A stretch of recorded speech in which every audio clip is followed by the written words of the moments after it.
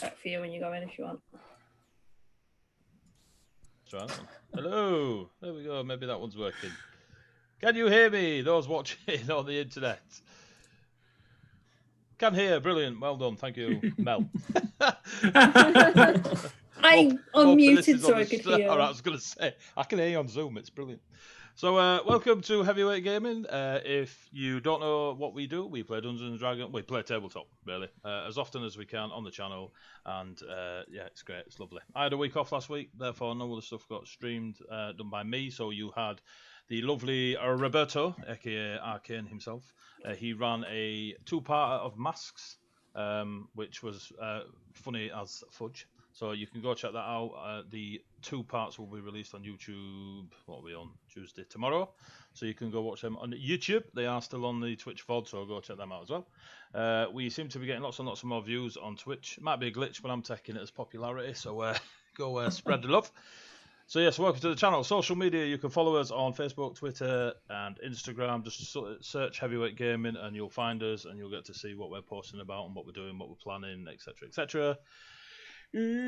Sponsors for tonight, we have Ruffworx Creative, who have sponsored us from day dot, alongside many other of our friends. Ruffworx Creative is an incredibly talented leather and woodworker. If you go to Facebook and put in Ruffworx Creative with an X, not a K, check out their photo album. You'll see some stunning woodwork and leatherwork.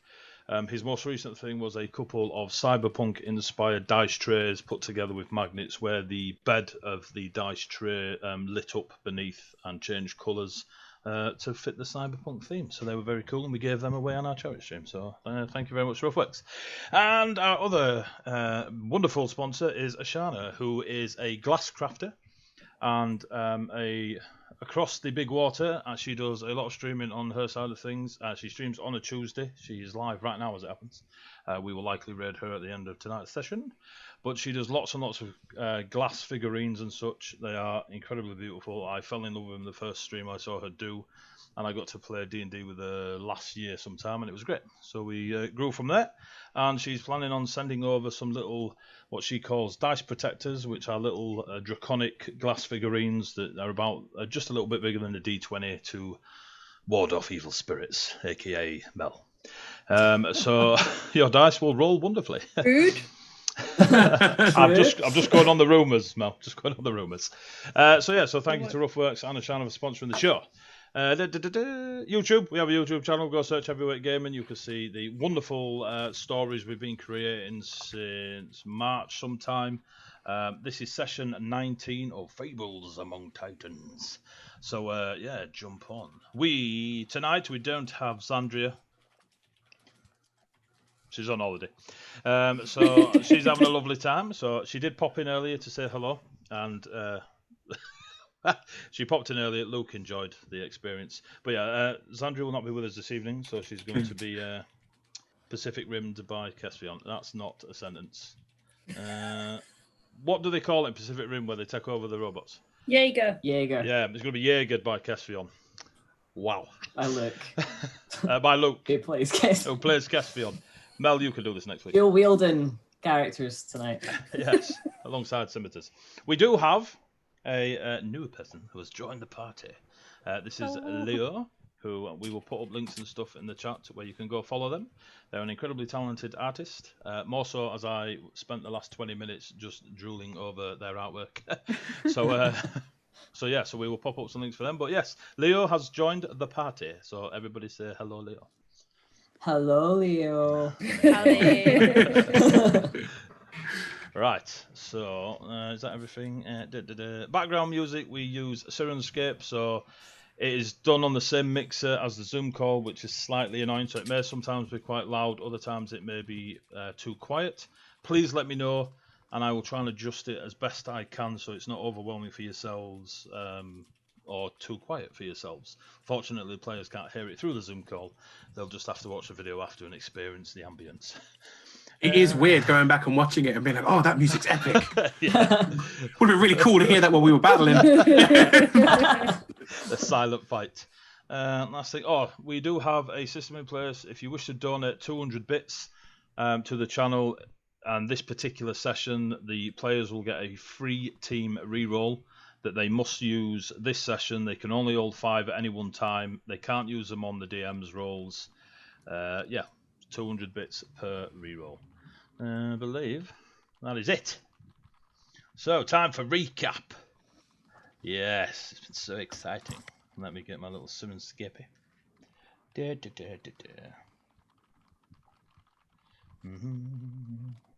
if this works. Right, there is music playing now, people. It's great, you'll love it. It's really, really ambient. Viewers, let me know if it's too loud, if you can't hear it or not. So, over the last couple of weeks, this party, Sapphire, Kesfion, Ari and Zandria, have been aboard the Oaken Whale. Hey! An Elmer That was a good start. Right, team, you have 1 reroll. And Write thank it you very down. much, Mel, to throwing out the links for Leo. So, over the last couple of weeks, you've been aboard the Oaken Whale, a ship crewed by Captain Boulderback and his druidic dwarves. They basically became your passage south through the western coast of Ravenholm after escaping Malran, an attack from the House of Tor. Some very aggressive blood magic was done aboard the Blackwing ship, the royal ship that Lord Romerick was aboard. It got sunk. You all had a great fight and left on giant owls to go across to the Oaken Whale. Whilst aboard the Oaken Whale, there was some quite impressive elemental magic performed by the Dwarven Druids, where they bubbled the ship, and this allowed it, through various other means that none of you investigated, so it doesn't matter, managed to take the ship beneath the waters and almost high fantasy submarine it, basically. And you wow, that's loud on my side, so I'm just going to turn that now. I can hear it. Yeah. It must I was be like, right. I could hear it through your thing. I was like, wow. that attacked me from all sides. Travelling beneath the waters, you had some time, some respite, where you could chill out, breathe, heal, just essentially take hold of the moment, get them long rests, those ever important long rests in, and have a think about what you were actually going to do next. The things before you that you've been informed of were, 1, the threat on the Copper Forest, which obviously Kesfion and Zandria are spear pointing at the minute to resolve, and Ari, Sapphire and Delphin at least were kind of nodding and going along with it at the moment, as it seemed the most prioritised thing at the time. Hang on, tied up. You discovered that the Civil War had been officially announced through various means, that the House of the Red Lady, the House of Lilies and the House of Tor had unified their houses in a polite request that they be in charge of the rest of Ravenholm and then lead the strike into the Copper Forest. The main point they want to go into the Copper Forest is it is a very powerful place, and as far as they are concerned, it is something they can turn into a magical object and use to regrow their empire. That's about as much detail as you have on that. It took you a couple of weeks. Zandria gave the confirmation that she wished to go all the way to the city of Raven, so would remain aboard the ship and wouldn't take Captain Boulderback up on his offer of being dropped off on the coast. You all agreed and spent a couple of weeks going to the city of Ravens. In your couple of weeks, a couple of things happened. Daelthin was swallowed, removed, encompassed by a magical something that was very strongly connected to the magic of the way the echoes were happening around Daelthin, the echoes of himself and Sapphire's amulet and such. There is something very strong going on with Daelthin and the echoes of multiple versus realms, etc. The school of magic is linked to it, none of you know. So Daelthin was taken from this realm, reality, time, and put somewhere else. You got quite a bit of friendly relationship building going on with a pearl-skinned tiefling by the name of Tareen, son of Garen, the House of Rook. Kesfion did a bit of sparring with that. Sapphire, you spoke to Tareen as well, did you not? Indeed, yes. And Ari, you learnt to sail the ship a bit. You got your provisional license given to you by Boulderback and got to turn the wheel a few times, and you did a fair bit of learning. The 2 weeks passed. You came into the mass by. So you've seen the map, Leo. I do apologise. You won't have the map of Ravenholm, but I will try and send it to you. It is in the chat if one of the lovely people can get that to I've got you. it if I can send it across. Cool. Yeah, I was going to go post it. That's fine. You have sailed all the way around the edge of the western coast, southern coast of the House of the Forged, and into that. I don't know if that would be classed as an estuary, but it is a very large open water area, almost a sea-sized water area. Might still be a bit too loud. I will sort that now, Elder. Goddamn ambience. There, I've turned it down. So, and you've come into that waterway, and you are now passing by several. The area of water, or the mass of water that is before you, is the size of a small sea. There are collections of ships that you sail past on the Oaken Whale, now that it is no longer submerged over the last couple of weeks. And you sail towards the City of Ravens, which is the capital city of all Ravenholm. The House of the Falcon is the house that sits at the highest point of rulership within Ravenholm, and they do it from the City of Ravens. The House of the Falcons are a stewardship. This is all information you've learnt over the last 2 months. You've got Ari with you just on the ship and your original questions in the previous 18 sessions. But they are stewards of the country and seen as its leaders to some, or just a more experienced household to others. Lord Romerick has informed you all before you get to the City of Ravenholm that he has things to sort out immediately, obviously regarding civil war outbreak and the fact that he hasn't been seen for over a month because you had to run away on a ship. So you are, as you approach, more music. See if this works.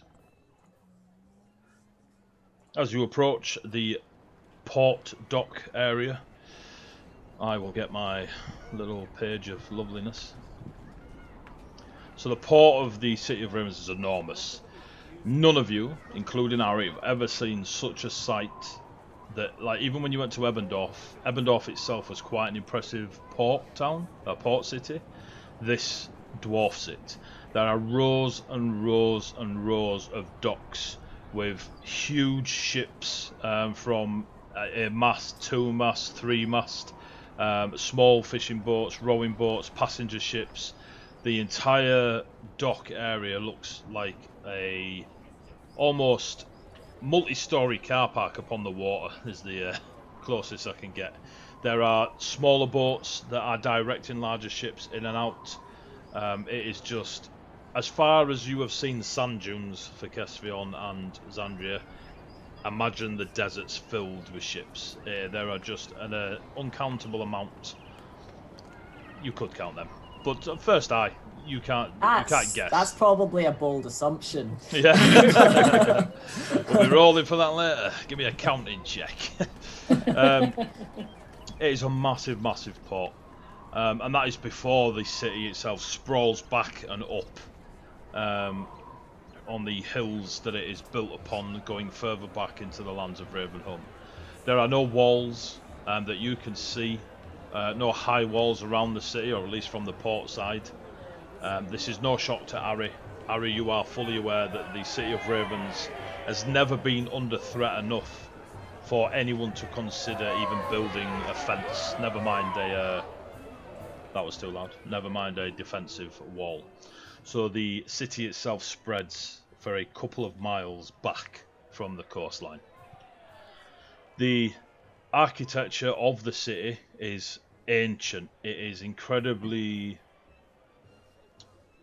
alien to you all. So, Ari, you're used to a lot of the architecture just from your travels being old anyway, because Ravenholm is a very, very old civilization, and they've never really changed or needed to change their architecture. So you're used to it being historical and like I say, it's just old. But the City of Ravens itself feels like you're walking into some sort of museum or a time before.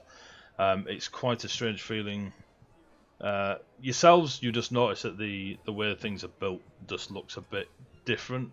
But for you, Ari, it's even alien to the rest of the country that you've grown up in. Okay. Everything's very tall.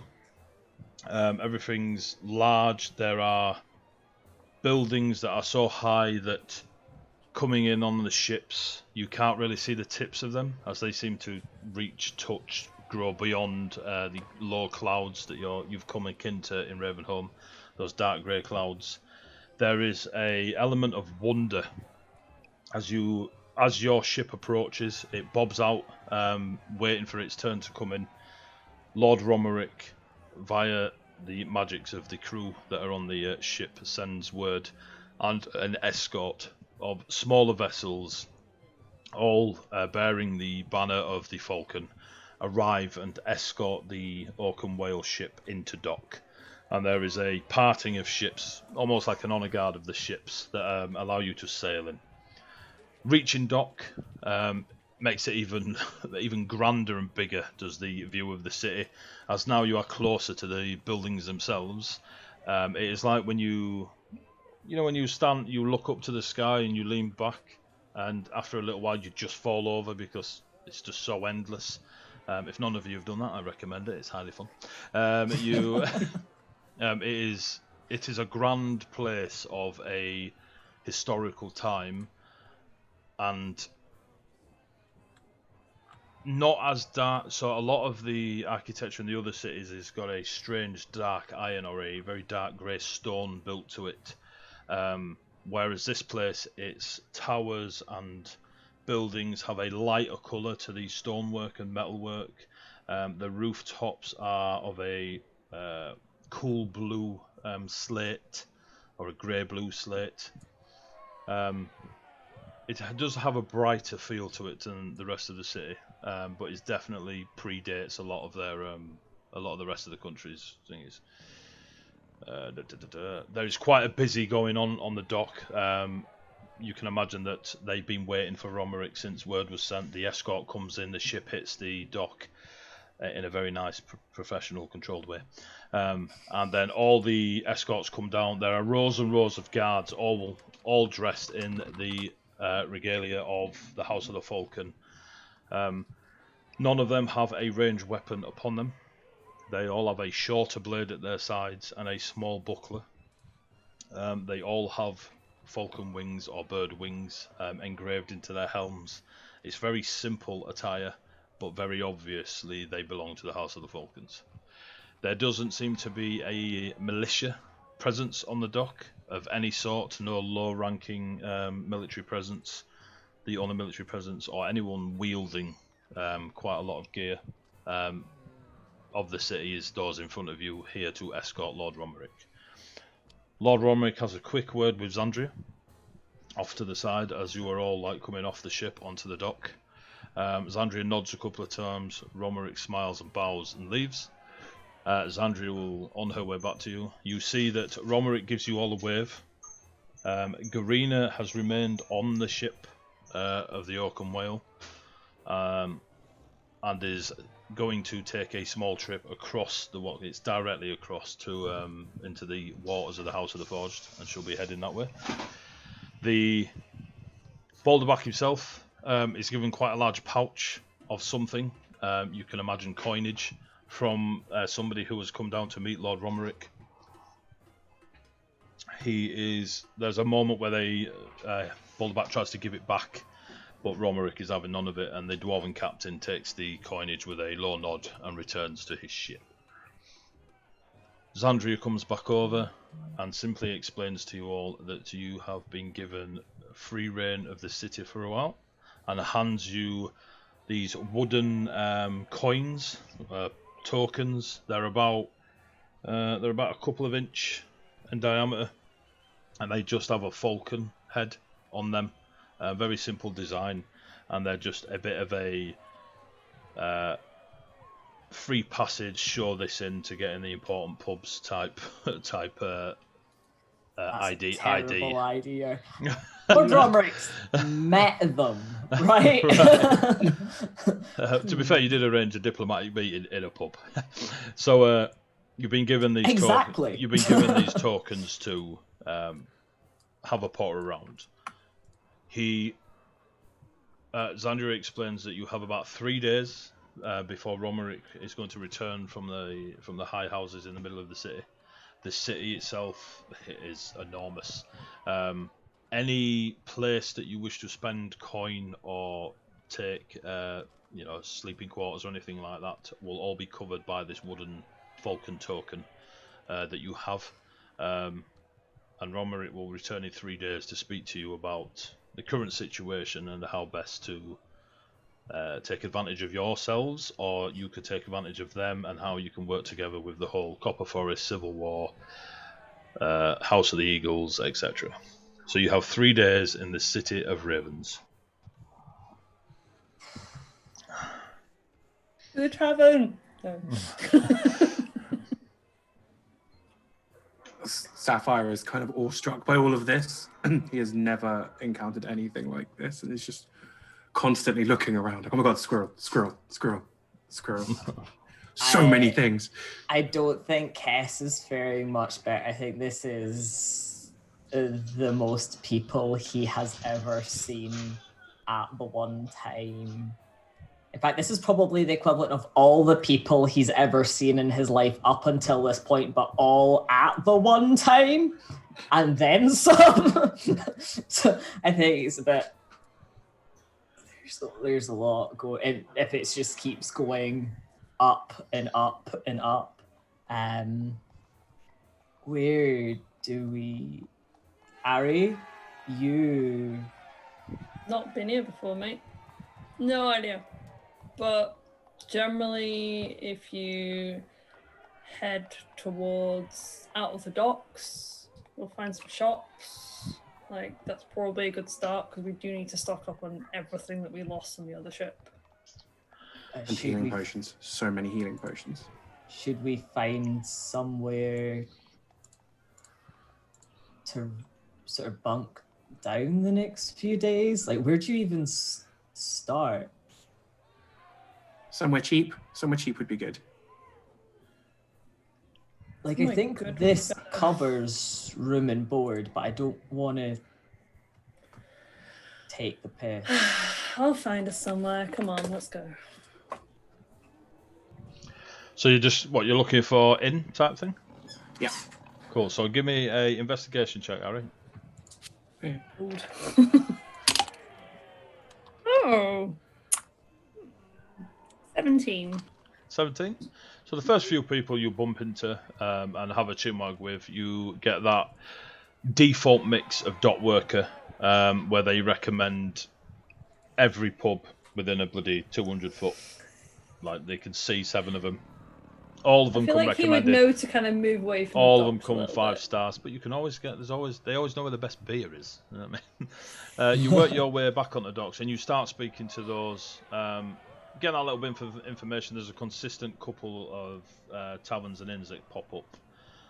One of them is the Nest of Heroes, and the other one is the Fiendish Ambush.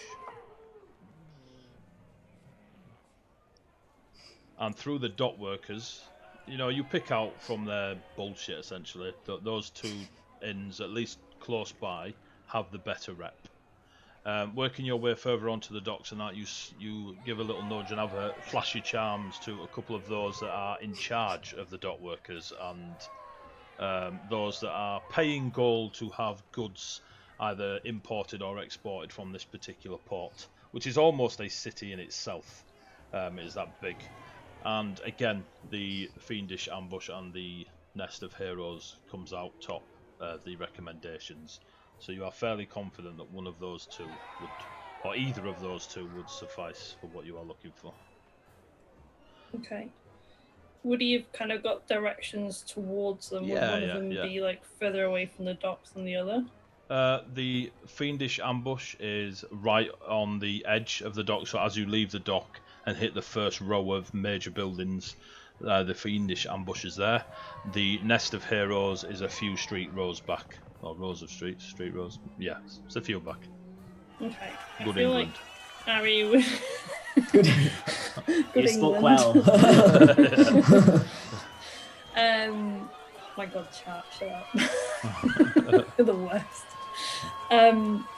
I feel like Harry would probably know to kind of move away from the docks a little bit, because obviously all the sailors that come in want to stay at the docks, will just stay anywhere, don't really care.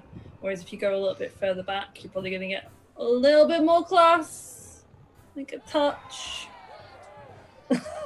Xandria's Cool. standing there looking purposefully slightly aloof, probably puffing away in her pipe, huffing now and again. Xandria's summoned a glaive and stabbed someone. So the one that's furthest away from the dock is the Nest of Heroes. Nest of Heroes, you probably head towards that one. Okay. So the rest follow, I assume. Oh yes. Working your way, it takes nearly 20 minutes to get away from the dock to the major buildings. I cannot emphasize how big this place is. And you cross into the streets, as it were. The sound of music and joyous occasions, you don't know what building it's coming from. You can just assume any, whether they're people just buying a bacon butty or having a beer. But there is a lot of wonderment going on. You follow the directions given to you, and as you follow the directions and you turn your right into this street, it opens into a very, very large courtyard, where there's two smaller fountains and a larger fountain towards the back. The sculpturing done at the fountains is in the shape of a falcon above them. In the water itself there are stone lilies. There is a bull sat at the edge of the pond. You have an eagle that is armoured on the eastern side, and you have an anvil at the centre of the fountain itself. And there is a bit of a diorama going on, and the water comes from the falcon at the top and runs down to those features. And all three fountains have that same imagery, just slightly differently sculpted, but the two smaller ones and the larger one. The courtyard itself is massive, and you can see immediately that it has been set out that the area towards the centre of it, in between the three fountains, would be a dancing area for when they hold larger festivities. And the inn at the back is 4 stories high, has an enormous wooden plaque, beautifully carved and ornate, and says the Nest of Heroes. And there are about 6 doors maybe on the front that lead in to this massive building. It is adjacent to many others, but yes, it dominates this street. Why are there 6 doors? No idea, but it looks fancy. Let's go in. It looks fancy. Let's go in. I like the name. So, as you notice that the amount of people that are in the courtyard, all drinking, smiling, there are a multitude of humans, dwarfs. There are some, you assume, half-elven, or they are not elves like Kess, Xandria and Delphin. Their ears are a lot shorter, so you can assume they are either from a different place in the world regarding their elven heritage, or their families are not full elf. Dwarfs, humans, lots and lots of humans, as you're fully aware in Ravenholm. And they're all drinking, everyone gives you a nod. You see a few adventuring types that are in similar gear to yourselves and stand out a bit more, but not like neon light. You can tell that they probably travel a bit more. There is 2 seconds.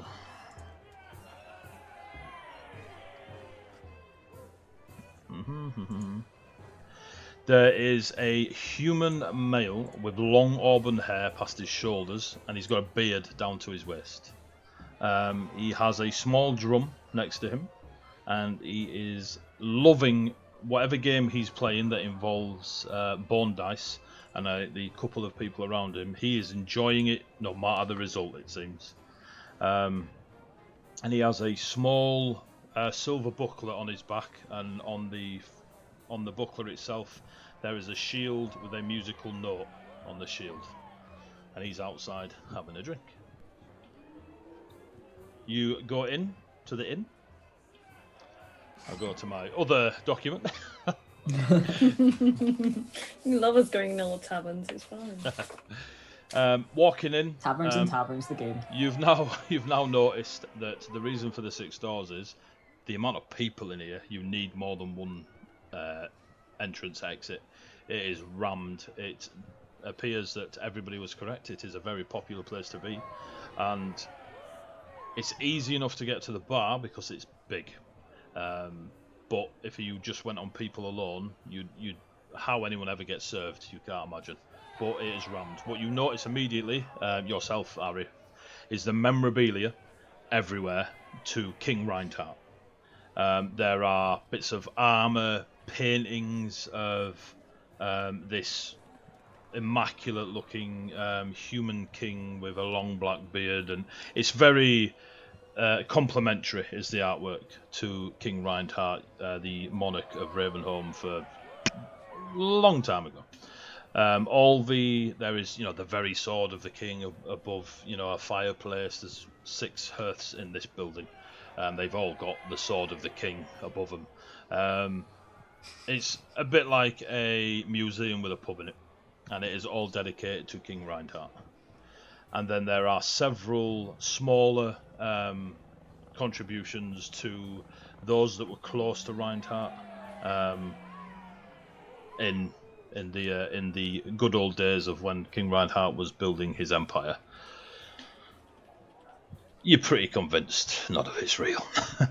Yeah, I think Xandria probably makes a very sort of quiet aside under her breath of, did he shit gold as well? So, can you all give me perception checks? In fact, yeah, including you, Sapphire. Yeah, you were there. You were there. You were there. I was there. I was concentrating on the things. You only got 10. Right, so that is an 18 for Kess. 14 for Sapphire. Geez, you've got perception up the wazoo, and that's a 19 for Xandria. Cool. So, Ari, yours were a 10? Yeah. Sapphire? 14. 14. Okay, so mainly Kess and Xandria, probably with an elbow. Sapphire, I'll see it. There is a tapestry painting on one of the far walls above one of the hearths of Ulrich. It is again very complimentary in his armour, his warhammer by his side. There is a beautiful landscape of mountains behind him, but it is definitely 100% of Ulrich. And you can overhear people talking about how they'd love to have been there with Ulrich when he stood at King Reinhardt's time, 1,000 years ago. Then you notice... Ari, was there anywhere else that we could... Then you notice somebody sat amongst the crew or group of people that are sat beneath the Ulrich tapestry. One of them stands out quite a lot. Leo, would you like to introduce or describe what they see? Sure. So you see sitting there, towering over everybody by probably quite a lot, I assume, a 7'7" bright red Oni. So he kind of looks like a tiefling but without a tail. His horns probably add another foot to him almost. He's got a massive white mane of hair that's tied up in a bun, and even though it's in a bun, it's still thick and goes down to almost his back. He's missing his right arm. It's about just above the elbow. It's been gone, and he's covered in scars. He has tattoos all up his right side. They seem to be a sort of gold yellow in color, and it bounces nicely off his red skin. He's got massive teeth that curve like a classic Oni teeth, so fangs that curve out to the side, and then tusks that curve up. He's got some jewelry on him, massive beads that sit at the bottom of 2 tufts of hair that come over his shoulder. He wears kind of loose, casual clothes. And he's sitting very comfortably, drinking a very large ale. And he's got very, very blue eyes. Very handsome. Just saying. Just a bottle at the end there. By the way, stunning.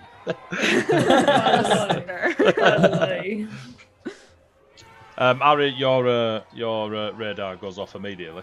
Oh yeah. This 7'7" Oni is definitely the attention of most. Yep. Harry's very distracted, apparently. Doesn't see anything else in the room, apparently. So you are now 3, 3 to 1, go. Ari, is there anywhere else? I don't really want to think we want to stay somewhere with Ulrich on the wall. Could I roll a perception? Do I hear them saying the name Ulrich? Yep. Okay. I have no idea what my perception is. Ha! 17. I have plus 0. You definitely hear them. All right, my eyes kind of like look round, and I give them a little look up, but kind of obviously. I'm kind of obviously looking at you all. I'm not sure you could do it subtly, if I'm honest. No, it's just like this big head, just like totally hiding behind this halfling. Sapphire has been very wide-eyed and, oh my god, everything looks cool up until this point, and is now, his face is all completely serious, and he is staring at the Oni in a quite an aggressive sort of way. Oh god. aggressive. I'm so handsome. Why are you mad at me? I mean, Harry's checking you out. Not gonna lie.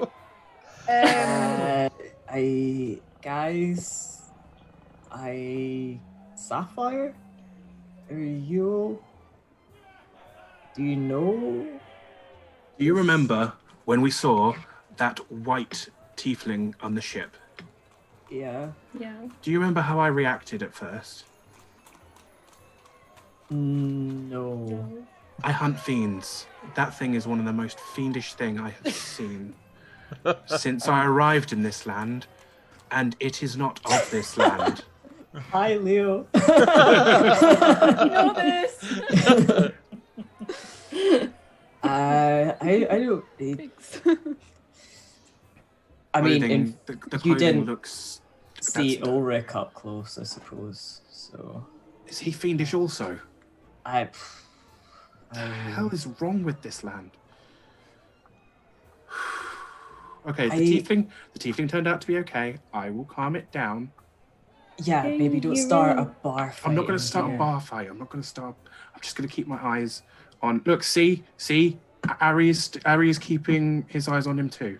Ari, Look, you this can isn't- take your eyes off of him. There's a young lass, white dock worker hench next to Sapphire drinking an ale with a bunch of her friends, and she just turns, nudges Sapphire and is like, I want for a bar fight. There's like 200 people. I have no issues with you. I don't seek fighting. He looks confused. He's very confused. The look that you get from Kess is just like screaming eyes. Just like, we've been here an hour. I said no. Look, no, we're not having any fights, okay? Can It's we just find a room? guy in the bar, okay? I would He's like from- to walk over to them. Oh, Sapphire's back goes right up, especially when he notices that you're taller than him. Oh He's yeah. not used to that. Oh, and he's big, he's like- Just for Leo's benefit, can you describe yourselves? Sapphire, you go first. Sapphire is a 6'7", very hench-looking white lion tabaxi. So he's got a big flowing mane of white hair, very stark blue eyes, braids in his hair. He looks very like the kind of braiding and some of the shaving of the side fur makes him look very Viking-like, although his clothing is very similar in style, at least, to yours. He's got clothing and a naginata on his back, very obviously from Vey. And yeah, he's staring very intently. Ari is not so tall, probably about 5'10", average height. He is human. He's got long dark hair, usually tied back in a ponytail. He's dressed quite fancy, in sort of like kind of a blue overcoat. And he carries a rapier and a dagger. But he looks just quite fancy and also very handsome. My ego had to tell you that he was very handsome. And Kesfion, how do you look? And chat, can you hear me now? That sounds better. Yeah, it's a lot better. So Kesfion is probably about 6'1" kind of swimmer's build. A little bit paler of the sort of two siblings, and has kind of long, sort of loose worn, sort of almost black hair, which seems to almost be slightly green under certain lights. Has sort of pale silver eyes and sort of these matching teal tattoos across his face and ears, similar to his sister. They're dressed in kind of almost like jewel tones, but quite loosely fitting, such as the kind of style from Sarut, where they're from. Do you want me to quickly go over Zandria as well? Zandria looks like that, but with red. You go on. Yeah, in braids. There we go. Sorted. Siblings. And they're all also handsome. And Yeah, I was going to say, chat is saying that everyone is very attractive. You know? Thank you, Sawdust and Swearwords. You will receive your payment in the post. And as they had already said just at the beginning of that, the Oni is also very wide-shouldered. He's big. He's large. Yeah. He's not like as big as he is wide, but he's just like, you know, he's built. He's a big boy. I mean, you're shocked they've not introduced themselves as Ron Perlman yet. I'm just saying. So yeah, he comes over, and he just goes, "Oh, you lot look wide-eyed and confused. You new around here?"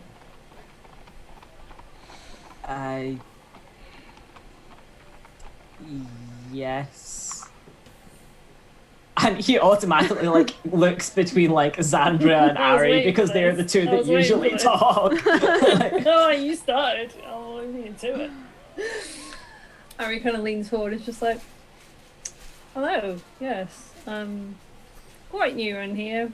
Just literally landed. Who are you? The name's Orion. I'm part of this mercenary guild over here. You now notice that the group of people that Orion was sat with all have similar symbology to the shield with the musical note on it from the man outside.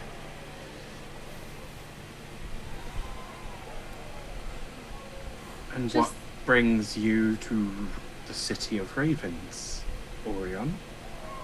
Just general work. What brings you lot here? Sapphire looks at Ari. Oh my god. Apparently, Zandria will also be watching Ari very closely to see how he plays this. Ooh. Ari's in trouble.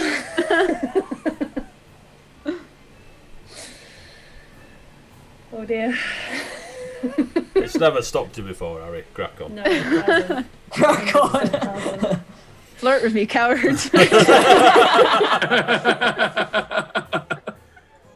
like to imagine that Orion says that out, like literally out loud. I dare you. See in his eyes.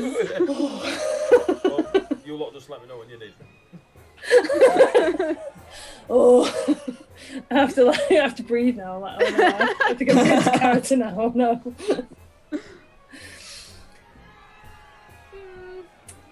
I guess circumstance brought us here. Kind of looks around his party are all kind of looking at him like in various degrees, like as I'm talking. Then, We're here to stop a civil war, I think, aren't we? Sapphire looks around casually. I mean, that would help. yeah, probably wouldn't have led with that, but We're mostly here to try and find lodgings. Do I know that name person? Say again. Which person? Yeah. What did you say? Luke? lodgings. Oh, lodging. All right. I always said lodgings. I was like, who? Yeah. I Hang on, was so you literally We like, seek Lord Jings. you might know a Lord Jinx. I think I've heard this name before. The Himbo party has a Good mask. start. Plus 3 intelligence, but Leo doesn't. So yeah. You are the most intelligent person in the party. It's Yeah, okay. accurate. Very accurate. So the Civil War, I know of Ulrich is one side. Who's the other side? The House of Falcons, but a name you don't have. Okay.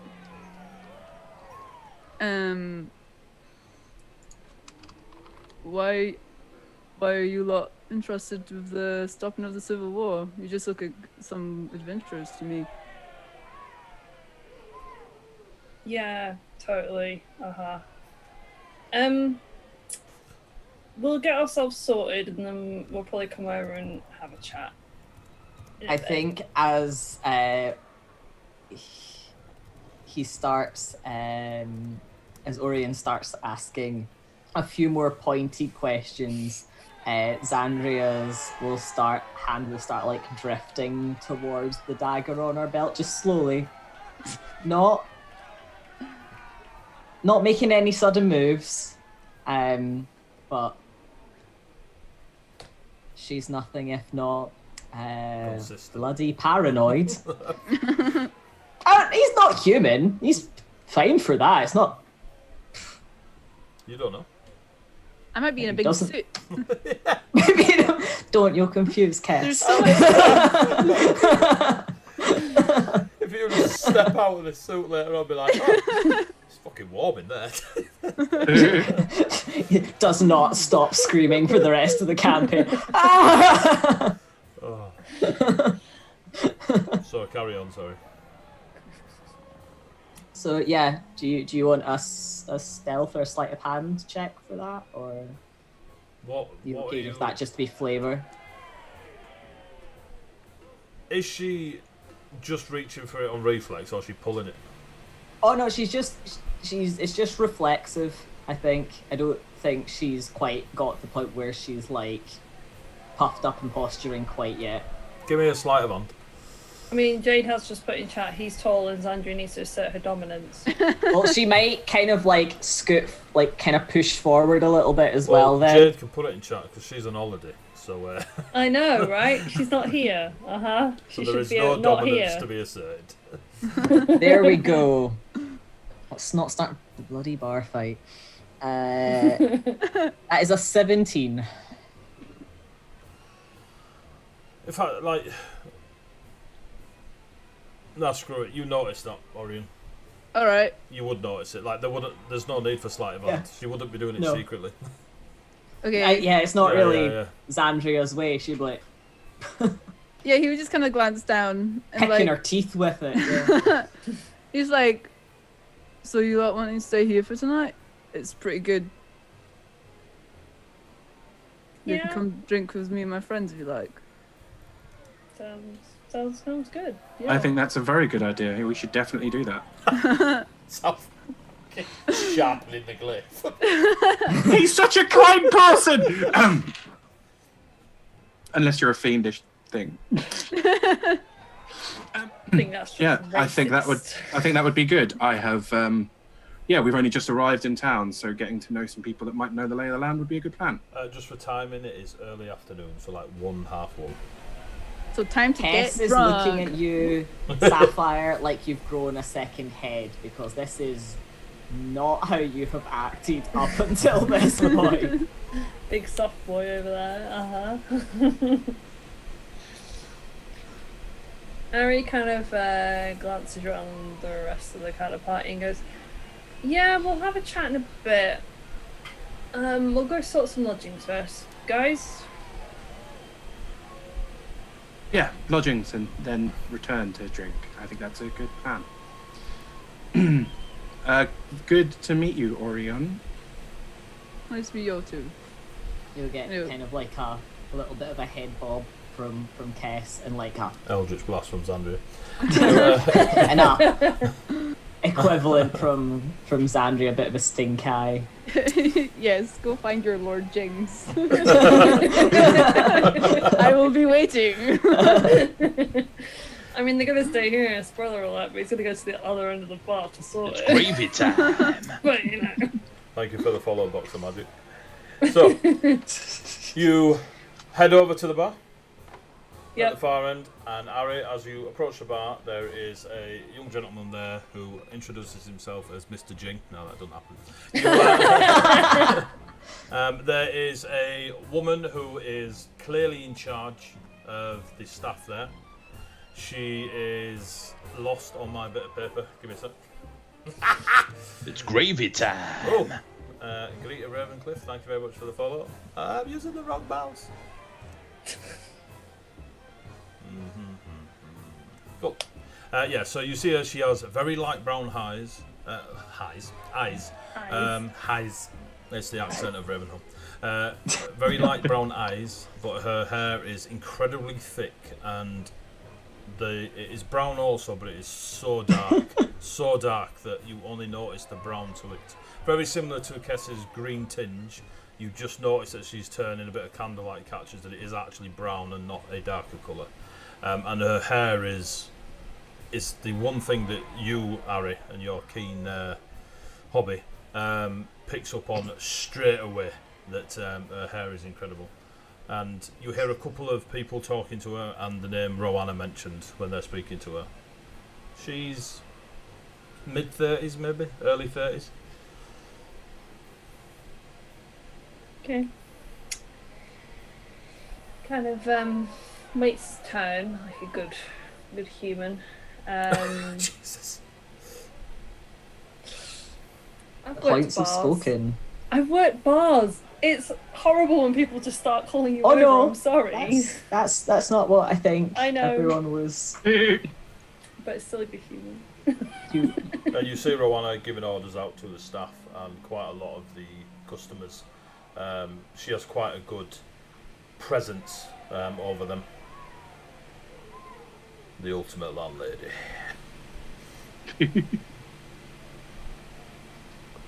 Ari will kind of wait till she's free and kind of just be like, Rowanna, was it? She turns at the mention of her name. She has a very broad smile on her face, and you notice now as she turns on her neck there are two tattoos, one of a lily and one of a daisy. Rowanna it is, yes. And you are, other than handsome. My name's Ari. Hello, Ari. And I roll to see if Sandria is paying attention. God damn. That I've been this given Sapphire instructions. every time, anytime Called Harry out. flirts. Called This whole out. time, Sapphire has not, like, he's walked over to the bar, but he is still staring at Orion. That's a nat 20. Xandria notices So it. Sandria's like. Orion, you notice the very large tabaxi lion Sapphire staring at you. Yeah, Orion's just like taking a drink. He just goes like, Gravy time. Infernal eyebrows. Thank you for the 5-month prime, Dave. So Rowanna is this is a eclectic bunch you've got here. And she sort of looks across to Sapphire, Kess and Xandria. Yeah, this is our little gang. We were he sort of produces one of the tokens out. We were told that this would get us some lodging. Is that the case? Holds out her hand, Passes it across. has a look, and she goes, You are indeed honoured guests, and yes, it will get you lodgings and drink and food. Brilliant. That's great. I was recommended your establishment as a good place to come, so they were correct. They are. Can we get a round of drinks? Is that okay? You can indeed. Just speak to any of the staff on the bar. They'll help you out. Show them the token. It will all go towards. It'll be dealt with by the house. You don't have to pay for a thing. But I don't do the work myself. That is completely fair. You're obviously in charge here and doing a good job. Thank you. Looks a little bit confused. Can you tell me anything about this sort of group of mercenaries over here? And you point towards Orion. Mm-hmm. The Whistling Shields, yeah, they come in here now and then. They've been around a few years. They come in here. They're from far in the east. We don't see them often, but they have been in before. Bryant, their illustrious leader, he leads them. And, well, if you haven't noticed already, they have quite an interesting membership. And just nods over to Orion and waves. Yeah, If I was 10 years younger. You and me both. Yeah. Sandria rumbles in the background. Information, okay.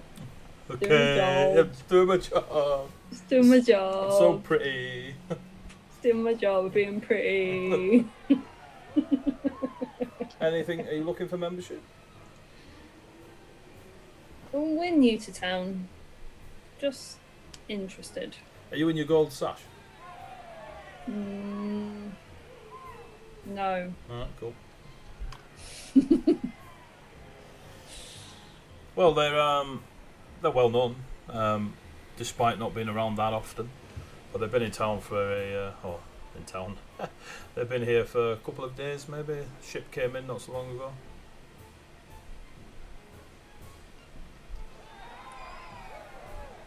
That's interesting. I'm sure I'll find out more. But thank you for your They're a good information, bunch. Lana. They're very entertaining, and you're very welcome. Thank you. Kind of gives her a little wink and moves further down the bar to get a drink. Cool. You move further down the bar, the staff help you, and as promised, getting drinks and food and lodgings, showing the token is done, signed, deal, etc. All perfectly good English. So yeah, you have lodgings for as long as you need them. You have a open tab for food and drink. You have an invitation from Orion to join them for a beverage in the evening. And you have a couple of days before Romerick will be returning to yourselves to speak to you of future things. Do you wish to do anything with your day, or are you going to drink, eat, and then join Orion? I think we'd wanted to try and get some health potions. We'll go shopping. Go shopping. We can just kind of hop through that reasonably quickly, unless people are wanting to like actually do some shopping. I am okay not role-playing the shopping. Mm-hmm. I'm very okay It's the not best role-playing the bit. shopping. I'm No, gonna- it's really not. You can get hours and hours of shopping. Wait till you go to some of my shops. We Orion, do have good shops, in fairness. Orion, do you want to do anything before they take you up on your invite? I think it's just sitting and drinking. Not particularly like heavily, but you know, just like Cash. There's a lot of them to drink. yeah. I mean, it'd take a lot for him to get drunk. He's huge. There's just a barrel next to Orion. It's a massive keg. straw. Yeah, he's just like So, okay then. As far as shopping goes, if you do not wish to actually go shopping, tell me what you want. If you don't want to go and find out, you have to tell me what you want. If you can't Health tell me what you potions. want, It won't Health be in potions. stock. Health Health potions. potions. Health potions. Health potions. I think we've used all our health potions. Health potions. And we are good. have one. It's fine. We've got a new person joining the party who's a. Oh no, they're not a healer. They might be the most anti-healer of all. The most I hurt anti-healer. me and then I hurt other people. Ah, good. So.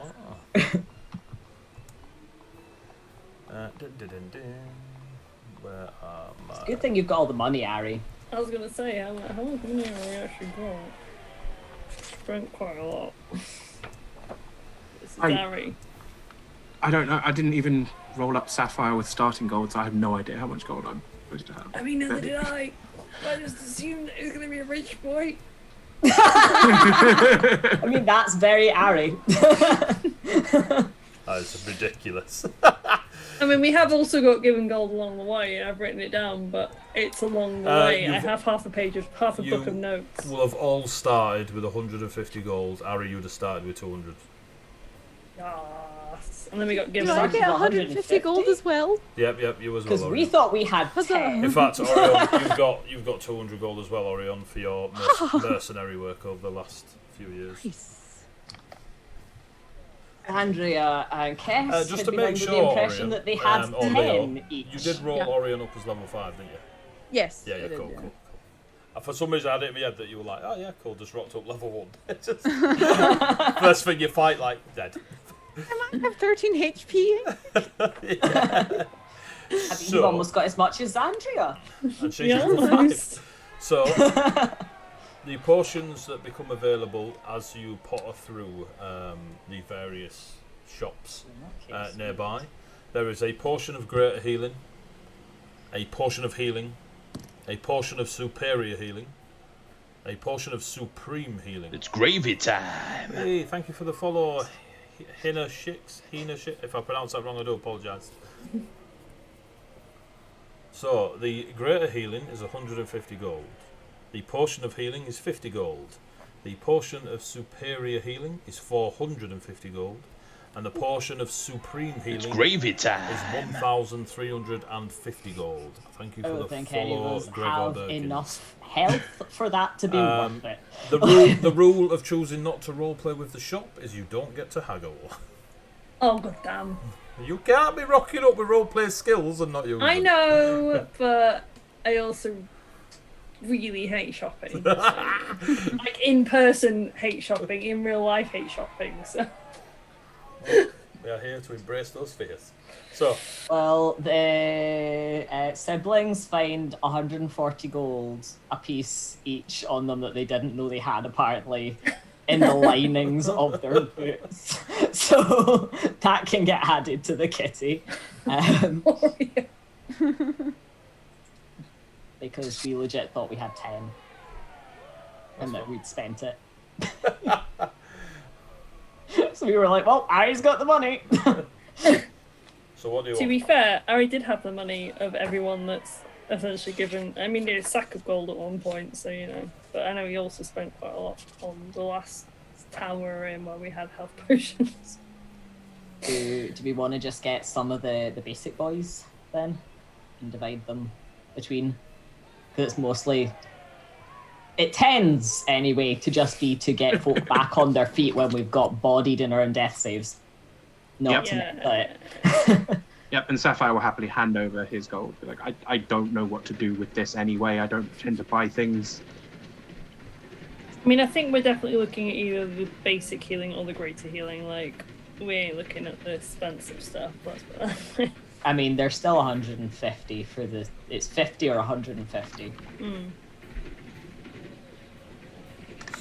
So, what would you like?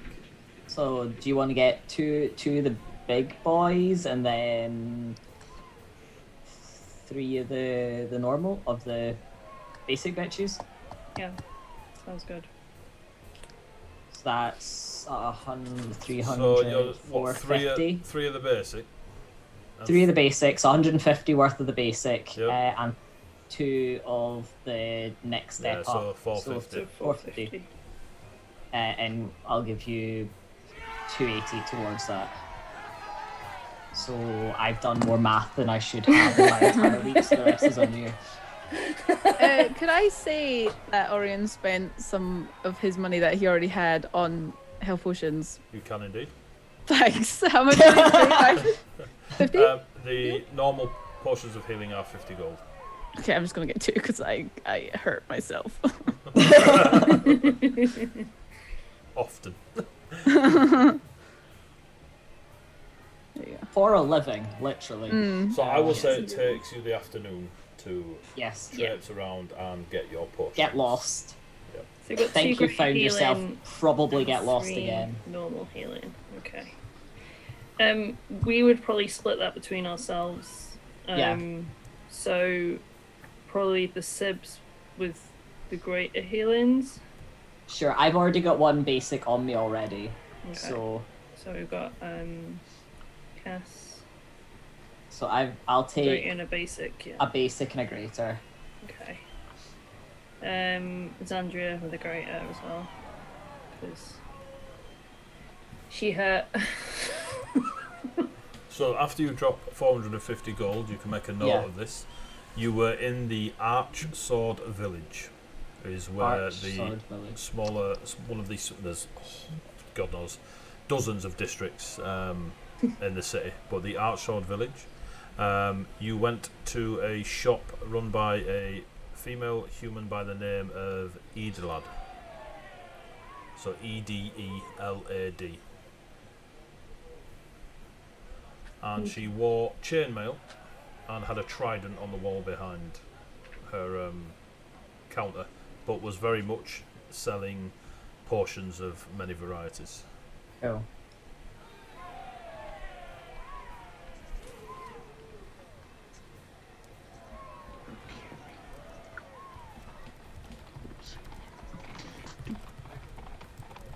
Oh, we've got new folk in chat. Welcome. Hello. Listen Yes. to us write down what healing potions we have. Indeed. Editing D&D. Prime D&D. Okay, so Cass and There we Zandria, I've got those. So, what's It's Sapphire? splitting the basics between Yeah, you between and us. Sapphire. And Ari. Ari does not have any left. I know that for a fact because I used both. Okay, dope. So, do you want 2 or do you want 1? I already have 1, so I'll just take another 1. Okay, right. So you've got 2 basic then, and Ari will take 2 basic. Cool, that works. Cool. Make a note of that so I know who's back to go raid when people die. Right, so your afternoon passes. Yep. You return to the Nest of Heroes.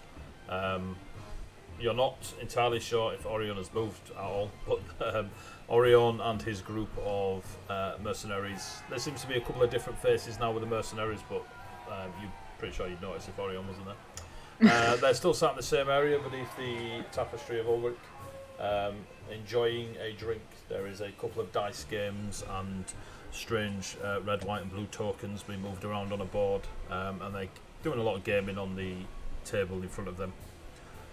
The volume of people within the Nest of Heroes doesn't seem to have changed, despite lots of different faces from well, not that you remembered everyone, but you can tell that there's a in and out. The courtyard is a lot busier when you come back from your shopping trip. The evening is early and you are right on the cusp of it, so say 6, and there is music being played now by quite a few of the people that bear the mark of the Whistling Shield. They seem to be doing a bit of bardic side questing in encouraging donations to the mercenary group. And you return to the Nest of Heroes. Cool. You've obviously picked up your keys for your rooms as well. I was gonna say Ari will kind of like go and put the stuff in the room.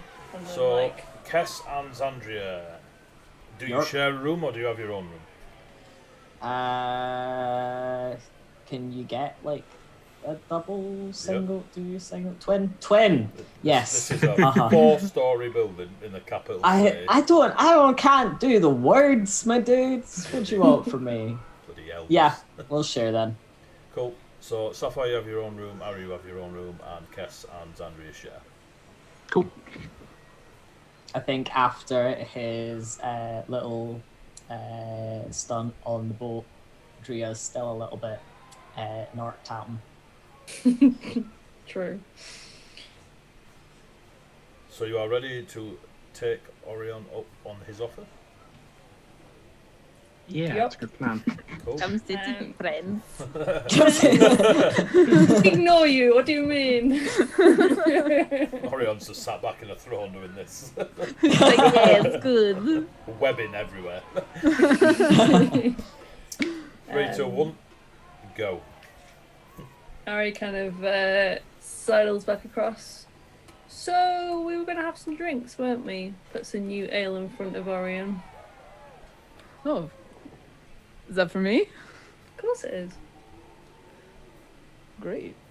Yes, I just wanted to, help some newbies to the town. I know it could be hard to get around. Yeah, we went out and had a little explore this afternoon. But, yeah, just fancying having a drink.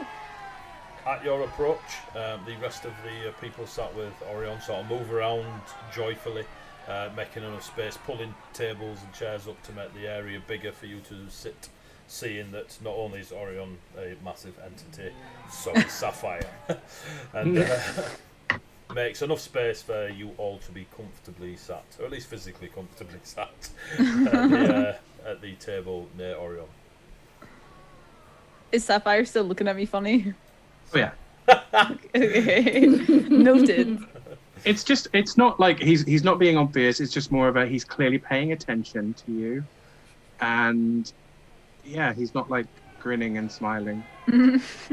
So it's just a neutral face. How is Dria is just glaring at the back of Ari's head. It's a wonder it's not caught fire yet. I feel like Ari would just be kind of willfully ignoring it. Cause Seems in character. Yeah. So She's not here to shout at me. you have the evening. So what are all your names? I'm Ari. Kind of looks towards Cass, like. My name is Caspian Summerbreeze, and this is my sister, Zandria. Zandria's now just sharpening her knife at the table. My name's Sapphire. Sapphire holds out a big paw. Oh, I shake a big foot. Is it little toe beans? He has toe beans. He's got the big pad there, and he's got the toe beans there. Oh yes. I'm out. His grip is probably tighter than it needed to be. That's fine. I only have the one hand. Please don't ruin it. Just out of curiosity, which hand did you hold out, Sapphire? Oh shit, he's right, I guess. Orion, which hand is missing? I'll have to. I think it's my right hand. It's your right hand. So he will literally go, awkward, and then hold up his other one. Oh, that made me smile more than it should. Cool. You haven't yet. Go on, sorry. So what is it exactly that you've got planned? What is your group doing at the moment? Well, we've just been here following the leader. We're looking for some Dragonborn, but I've kind of stepped back from this. This is actually one of my last nights with these guys. I was planning on actually going to do some adventuring and finding maybe folks like yourselves. So maybe it was fate that brought you here today.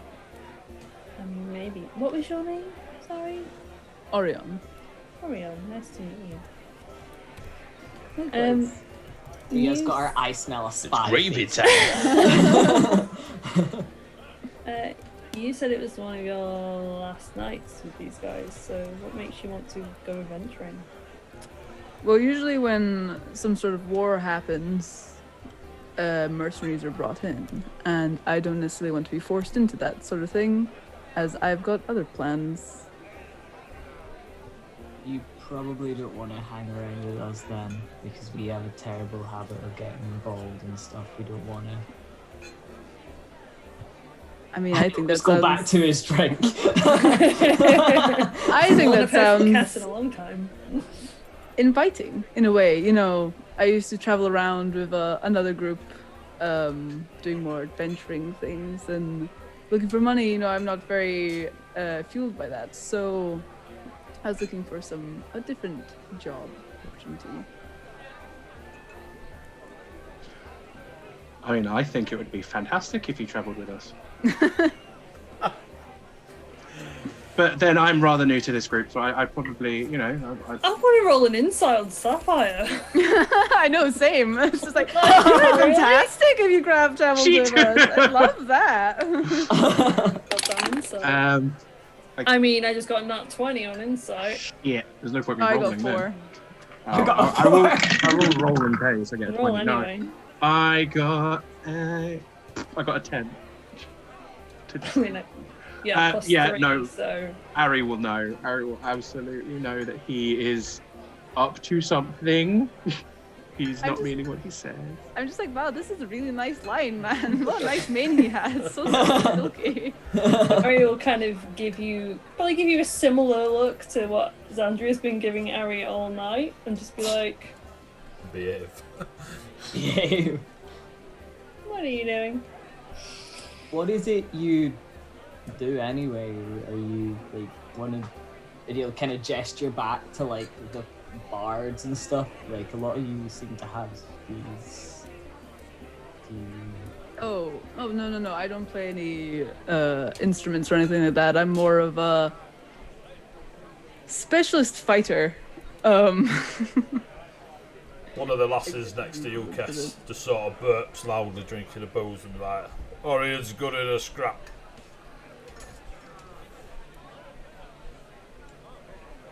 Oh.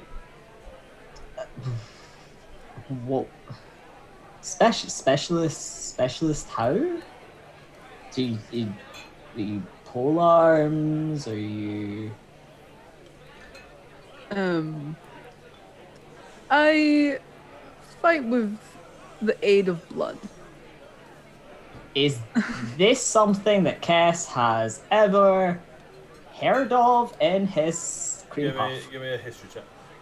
Oh, that's good. That's an intelligence roll. So those always go well for me. They're like my favourite rolls to make. Wow, he's apparently not as stupid as he normally is tonight. What's my negative to this? That's not too bad. That is a 16. 16? Oh. So your mentor, Sahar, only ever spoke of a warrior they met far in the north that had anything close to using blood in their ways to deal with enemies. But details you can't recall. I'm going to assume that Ari probably hasn't Nope. come across this before, but also the fight that we've just been in has involved blood.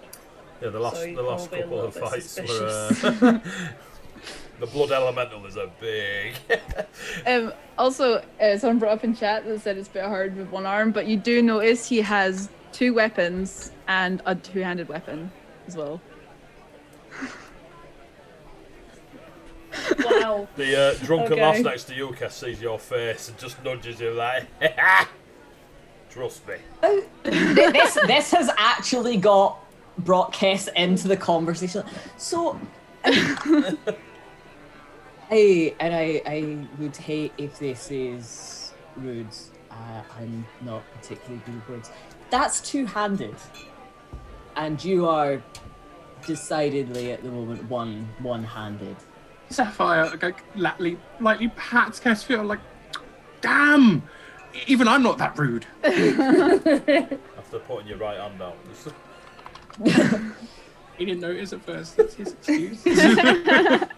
His ears flattened. No, Right, chat's got weird. Ignore them. Yes, he's just got powerful buttons. I mean, he definitely works out. Oh yeah.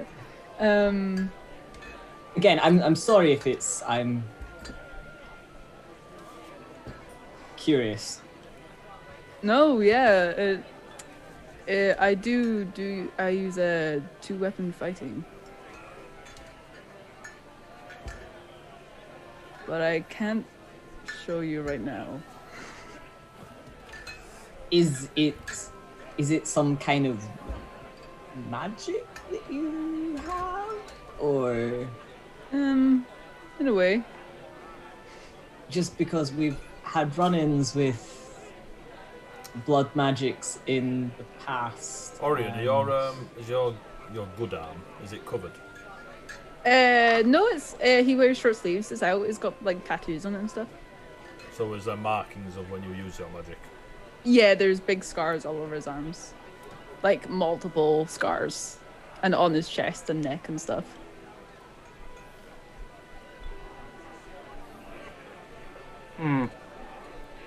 S doesn't know the difference between your type of blood shenanigans and the guy that tried to eat him into the abyss.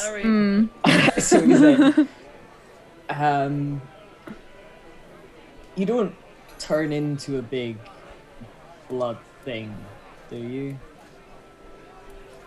Well, I feel like you are always sort of a big blood thing, just walking around with skin on. But no, not that I know of. I suppose that's true. We came across some people that use blood magics in a real weird way recently. We're not exactly au fait on this. So apologies if it does seem rude, but we literally don't know. Well, I can show you the sort of became thing. Waylaid. I can show you the sort of thing that I do if you'd be worried that I'd use it as some sort of magic. I'm not worried about magic per se. You get another elbow in your side, Kess. Do it! Fight, Ori! Fight! And then just that's all the other whistling shields are like, go on, Ori, go on! He's just like, alright. And he'll get out one of his scimitars and go on his arm, so like up here, and he'll drag his blade across his arm, and it's not blood that comes out, it's fire.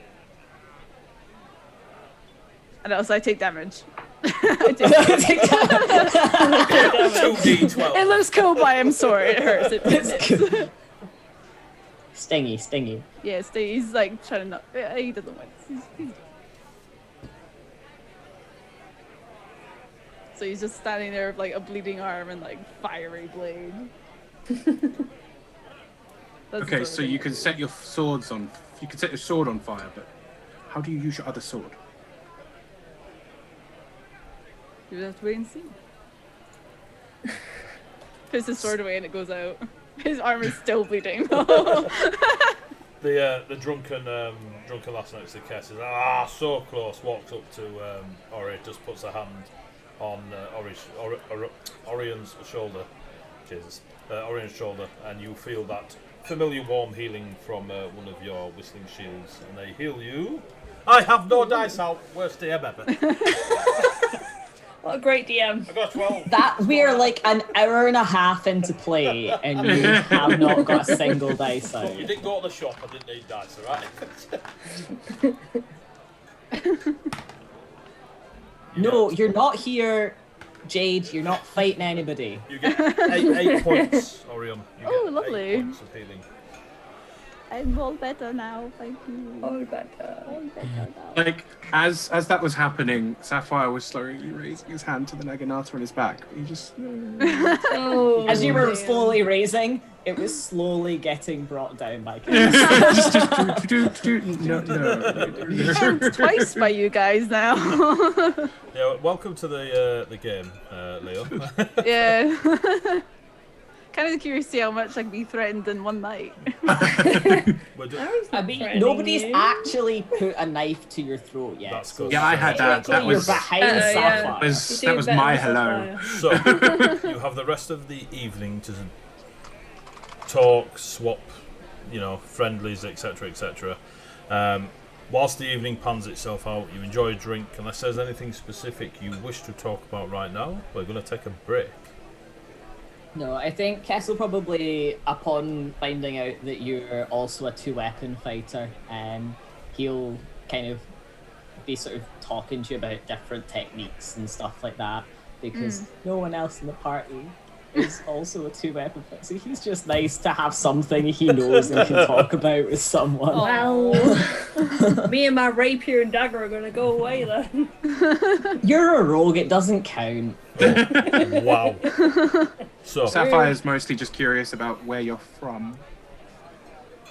I forgot the name of it. What's the name of it? the Ver Dynasty.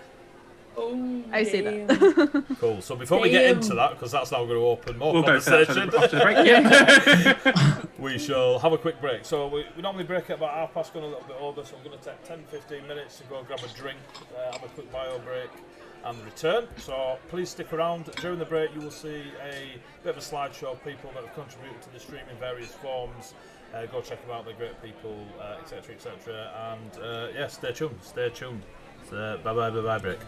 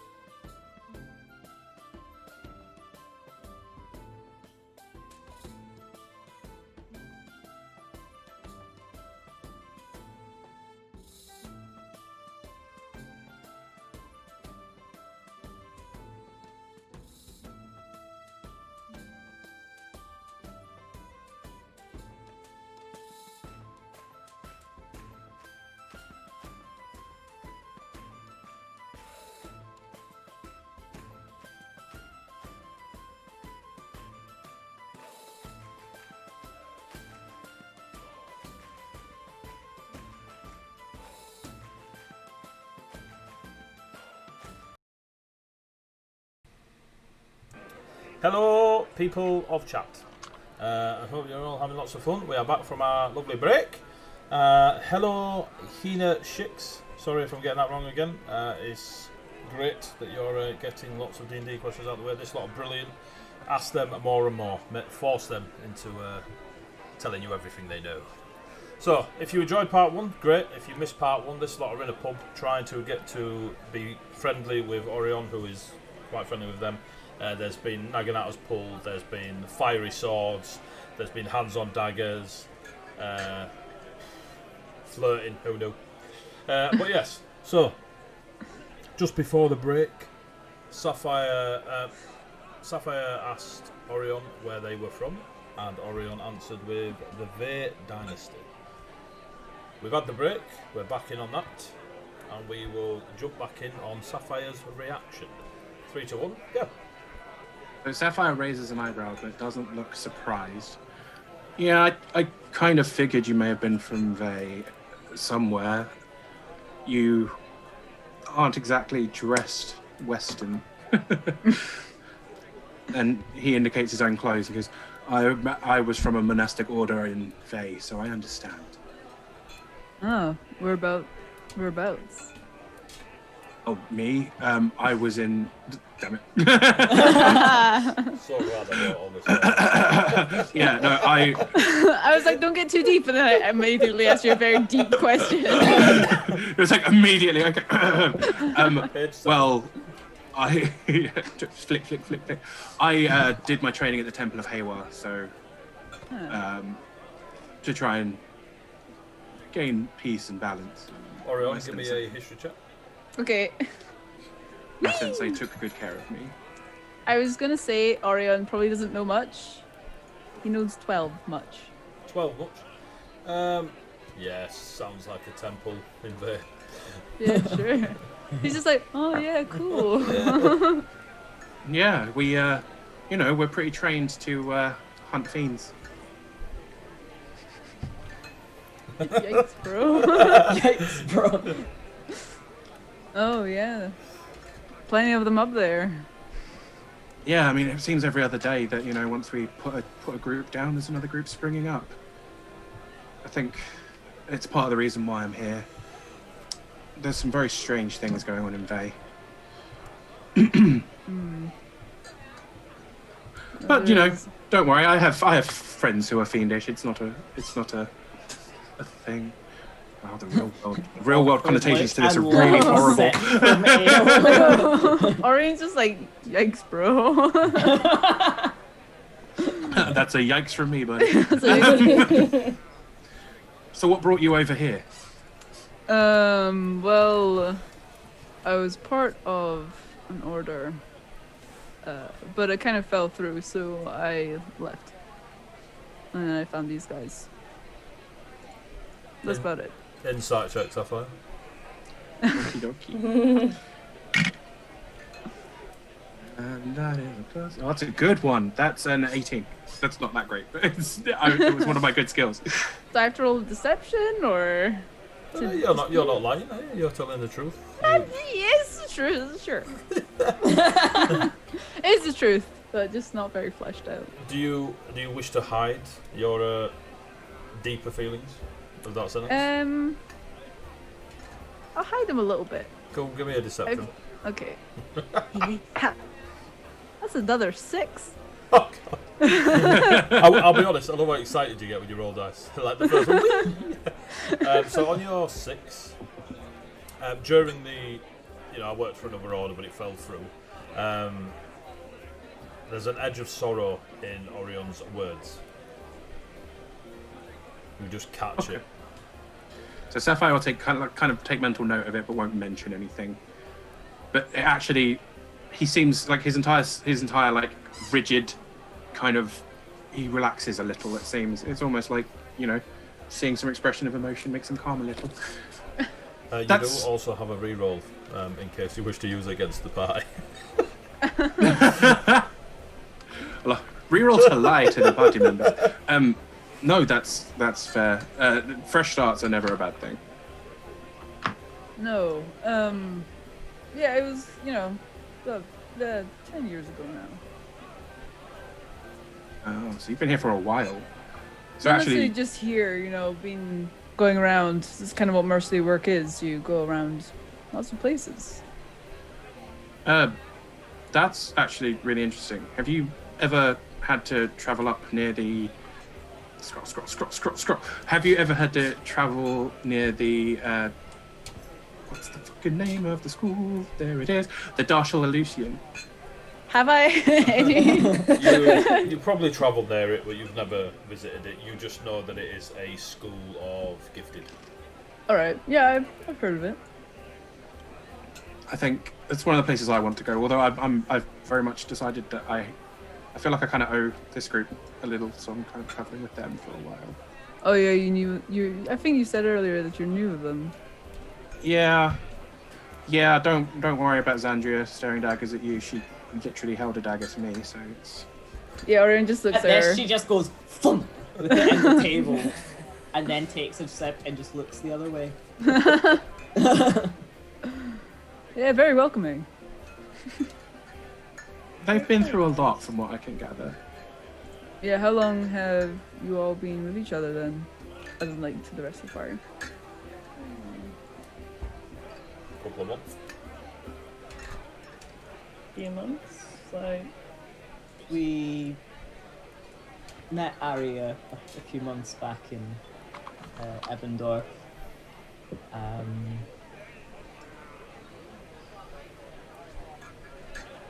We had originally had some other people traveling with us, but we split ways.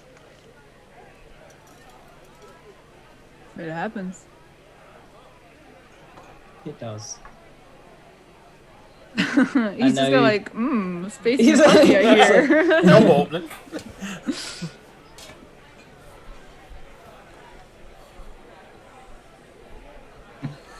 You were looking to move on from the mercenary party that you're part of. I am, yeah. Wanting to go more into, I don't know what you'd call it. I guess adventuring, but wasn't necessarily going to be with others. But if the opportunity arises, then, you know, numbers. sometimes you just don't want to be part of a mercenaries guild when there's a war going on. I get it. Yeah. I understand. I've also been part of mercenary guilds, and it's not the best. No. And also, I don't really like the music they play. It's very grating, so, you know, want to get away. Several of the Whistling Shields members just like tuning their instruments, look at you, just all at once.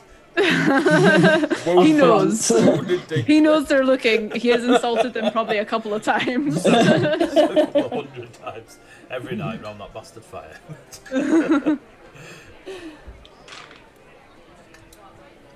So, Well, I suppose if you are as good with your weapons as your current colleagues would suggest, and we can't keep you out of the war. If anything, we're going to wage you right through the middle of it. But if you like a fight with a very small chance of success, Jesus. then This works in sales. A real optimist, ain't you? you have not had the last few months. That we Yeah, the siblings, that kind of, they have that moody thing going on. If you want a good time, though, we end up in taverns a lot. I like tavern. I like a drink.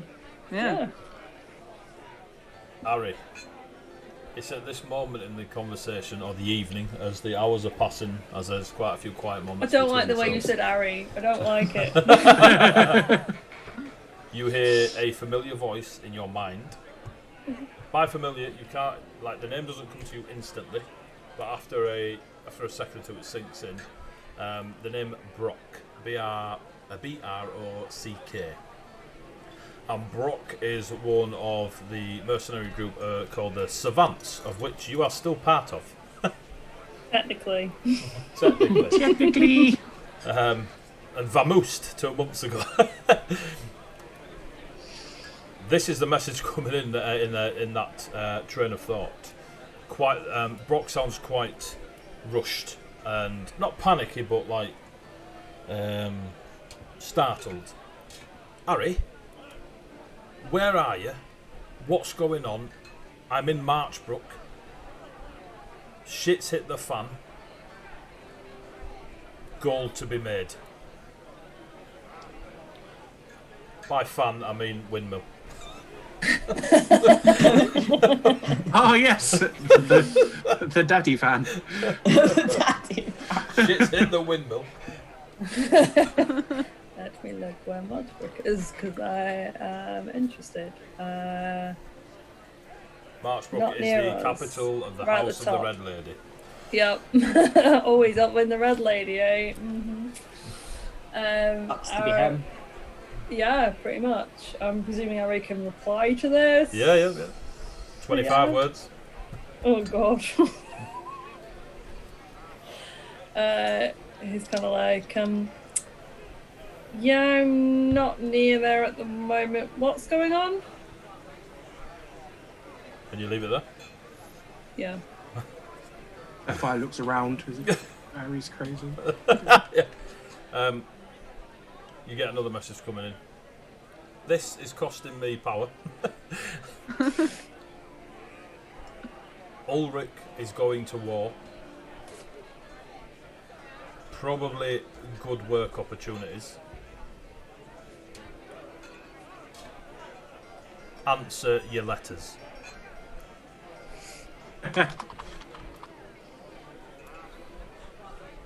Leagues away in a very nice tavern. You cannot open the door to Ari's room for all the mail mashed up underneath it. Yeah. Pretty much. Fire yeah. hazard in Ebendorf burns down. Yeah. Pretty much. You respond?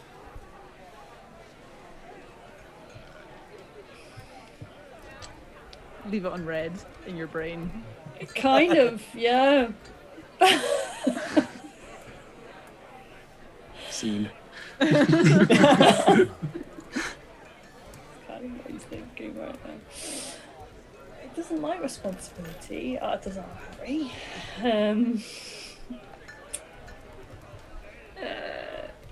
He will probably message back. Something's come up. I'm not in Ebendorf at the moment. We'll see what I can do. Cool. You get a third message. Did you deliver the dagger?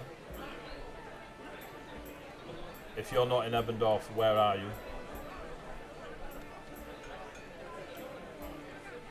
That's it. Okay. He will answer. Yes, I delivered the dagger because that was my job. I'm in the city of Ravens. Can we hear all this? Nice. That's in his brain. Magic. Oh, it's on his brain. Telepathic. I wasn't sure if it was an out loudy or a Say Harry Potter inside with you. envelopes screaming at Harry. Tune in Wouldn't next session. surprise me. If it was going to be someone who had a random object screaming at them in a tavern, would it not be Ari? Fourth message comes in. City of Ravens. So you got the gold on you. You can always use the transportation to get here if you're still after work. Teleportation, sorry.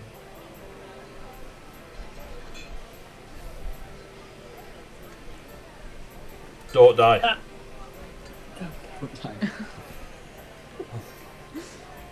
Great sign off. Gonna use it in my text. I only That he text will my leave mum on though. red, though. Smiley face. Poo.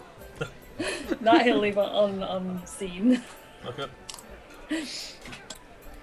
Good, because Brock sat in a tavern somewhere and goes, costing me all my fucking spell slots. Where's my fireballs? Go. And you carry on with your conversation. Do you inform anybody of your interaction? Not right now. Cool. So, party, you have the evening. You have a couple of days before Romerick or word returns to you. Do you wish to sit in this tavern for 3 days, awkwardly swapping backstories? Or do you care to fast forward, assuming you have spent a few hours each day together, relaxing, chilling, and Slowly building a gentle rapport. Yes, please. Yes. Cool. When they were talking about teleportation, is that specifically to Marchbrook? There are teleportation circles all over Ravenhill. Okay. There are private ones, and there are ones that those with coin can pay for use. So if you really wanted to, you could hand over some gold and be teleported to one of the circles in Ravenhill. Okay, I'm going to presume there's one near his hometown that he would know of, funnily enough. Yeah, there is definitely one on the wall. Okay, cool. Making a note of this. The one on the wall is in Nevenkirk. It's not on the wall, it's in the town. About half a day's ride from the wall. Because nobody wants fiends teleporting onto the wall. Yeah. Valid. Nobody wants While fiends. we've had this couple of days, Kessel have taken a note of where they are kind of in the moon cycle, and also where the closest forest will be. Okay, so where you are in the moon cycle is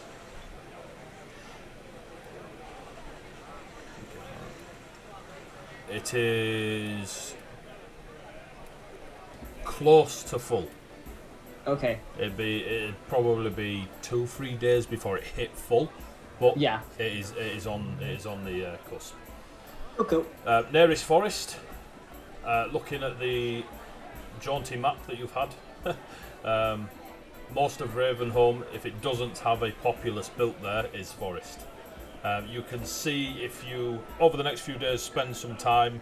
The City of Ravens is built into hills, so you can't really see what's left of the hill because the city dominates it. But as you're walking up to other places and buildings, you get to certain points that are high, and you can see the spread of forest sprawling across north across Ravenholm. And there being no wall for the City of Ravens, you can just exit the city and within 20 minutes at some places or an hour other places hit the perimeter of the forest. Cool. Just so that we have a idea if we can actually get Romerick anywhere near where he wants to be, seeing as we promised that. Yes, I do love promises. So, I'll go around Joel if you wish to do anything in a few days. Kess, you're doing that. Sapphire, you've got a couple of days. Do you wish to do anything specific or fast forward? Sapphire's just going to make sure that if there's a number of people, he's going to do a scan for fiends one day. Obviously, I'm assuming that Orion's going to ping. Orion and 10 others ping. One of them is Tareen that you see. Okay, no, that's fine. So there is 9 other fiendish presences. If you He will scan, investigate. well, they are those. Some of them appear to. Give me a perception check. Roll some dice. A nice bloodstone dice. Oh, that's a 10. So what's my perception? 15. 15. So of the other 9 that are not Orion and Tareen, 5 of them, keeping an eye on them and tabbing them over the next couple of days, you reckon they're carrying items that are your detect is picking up rather than they themselves. So maybe there is a element of magic on a knife or a ring that they're wearing that is linked to some sort of fiendish magic. Possibly. And the other 4 are of similar ilk to Tareen, in that they pick up a fiendish presence to their bloodline. But it is different to Orion's. Okay, no, that's fine. And one more scan, I guess, he's going to be doing is with his amulet, and seeing if there's anyone that's pinging for echoes automatically. Orion pings an echo. Okay, interesting. All right, gonna take note of that. The one ping you do near Orion, you see Orion stood next to himself, topless, and you can see the same tattoos and markings and scars, but you also see them with their full arm. Gustar. And the echo disappears. What's an echo? You'll find out. So, yeah, no, Sapphire probably won't say it. Oh, and you know what? Fuck it. Sapphire will let Orion know that he has seen this echo, and he just says it casually, like, "Oh, just so you're aware, you are giving off an echo, but it's nothing like dramatic. It's just, I think you still had your arm in your echo, so it's nothing big to worry. Nothing to worry about." So Orion, if you wish to have a pull from your knowledge, roll me an Arcana check. Oh, Christ. Okay, yep, sure. Totally on board. 13. 15? 13. 13. This dice is not good. There is a school of magic that is not of the normal ilk, that you can't remember any details of. You're just aware that the word echo has been mentioned in its arcane uses, and echo refers to the theory of multiple versions of oneself. So when you've heard some of the bards talk of fate and paths to walk, and they do that very extravagant, dramatic, there are several of you on several paths, and one you will take will be your true story and stuff. The knowledge you're bringing back with Sapphire going, "Oh, don't worry, I've seen your echo," is akin to when stories are told of stories of one's journey in life. One day you could walk towards darkness, towards light, towards gold, towards death, towards love, etc., etc. See, I can just hear Ori in my voice, is that Harry Potter voice going, "I have a what?" You're an echo, Ori. Oh. Is there something I should be concerned about? No, I mean, like, if it was, you know, if it was an echo of you, I don't know, doing something and dying horribly or something, that would be different. But you seem to be fine. I don't know what it's about. But yeah, maybe at some point we can swap stories and we can see where you diverted from this other self. Huh. Sure. And he goes, he's just big smile, pats you on the shoulder, and walks off. He's like concerned. On that, Ori, you've got a couple of days. Mm-hmm. Is there anything specific you wish to do, etc., or fast forward? He will say goodbye to any friends he's made. Oh no, shh, big speak. No, shush. She will do that. He will say goodbye to like people in the guilds. Not to the ones who played the terrible music. He's like, "I'm tired of Wonderwall. Stop playing it." And I think he's gonna. It's Ivory Wall, Ori. It's Ivory Wall. And then you just see one of the bars walk off crying. He's gonna grab some ingredients because he quite likes cooking. So he's like, "Oh, no, I gotta cook." And I'm out and about, and he'll grab some nice teas. Okay. And he'll probably pick up those healing potions that I said he'd grab as well, because he's like, "I don't need these." Cool. Potions picked up. Ingredients and stuff. Totally take you 2 silver to get as much ingredients as you want. Nice. And teas. A very angry birdie would like to know if it would be possible to look for armor that is usable with alongside mage armor, if that's a thing. or if that we might still be in the area in You are in an the indeterminate metropolis amount of city. time. Give me an investigation check, Kess. Because Xandria's not here, so we're using your stats. Oh, good. Does Jade. Going on holiday and then still wanting lammies. You're sicking me. Well, apparently, if I wasn't stupid, that would have been a nat 20, but instead it's a 19. So you do find several shops that are of arcane nature, both weapon, armour, trinket, jewellery, etc. Everyone you speak to so far denies that that is a existing thing that they can get their hands on. But of the 5 that you speak to, 2 of them don't throw the idea out. They just say it currently does not, at least to their knowledge, exist in their inventory or anywhere they are able to acquire such things. But you are in the country of Ravenholm, which is well known amongst most in the world to be where the best wizards learn. Wizards? They are very, very big on their intellectual prowess in the arcane arts. So who knows, it could exist one day, but it currently does not exist in a shop. There we go. Well, tough, I tried, Jade, so you can... You need to raise your AC, damn it. Yeah, you also need to be present in the game. You can't just be going on your jollies, sending in favours, you know what I mean? So, Orion, was that you?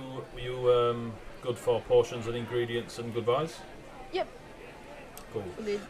Bryant, let's, or hopefully you will take him up on his offer to keep your Whistling Shield token, and the door is always open to you, is basically what he says when you're leaving. Yep. Ari, you have a few days? Ari, when he gets a quiet moment, will tell the others about the message. Without Orion being there at the present time. Oh, okay. Entirely trust with loads all the information in the world. So you inform them of the savants being in Marchbrook offering work. Yes. And that Ulrich is definitely going to war. I mean, we know that they sunk Lord Romeric's vessel. I mean, yeah, but for them to message me completely out of the blue is a bit weird. Is this going to be an issue that your old mercenaries guilds will presumably, if they're in Marchbrook, be fighting alongside Ulrich? No, I think we were more just the fact that there was gold to be made. So they were like, there's gold to be made here if you want to come along. I was more saying that if these were people that you used to work alongside who were taking gold to fight for Ulrich. They'll take gold from whichever side you give them gold. I know them well enough for that. I know what you're asking, and I'm hoping it won't come to pass. But they did remind me that there are teleportation circles around if we do want to get anywhere. Oh, so visiting the... There is a possibility that we can see the Darshell reducing without like spending all our time marching across the land. Yeah. Oh, good.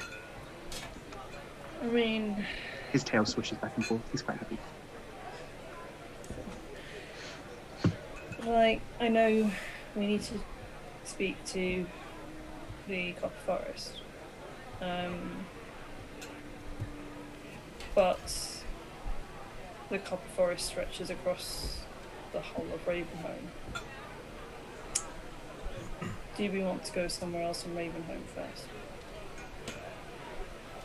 Well, we need to speak to the Copper Forest first. We said to Lord Romerick that we would set him up with a meeting. I'm presuming that's what we will be doing at the end of these 3 days. It about makes time for the full moon. Yeah, I'm anxious about that message that I've just got through. Let's check in on some folk. But we do need to do that first. If it's something that you need to go and do, Ari, then we'll understand. No, it's I'd just like to check in on things at home. But it can wait. It's waited a few years, it's fine.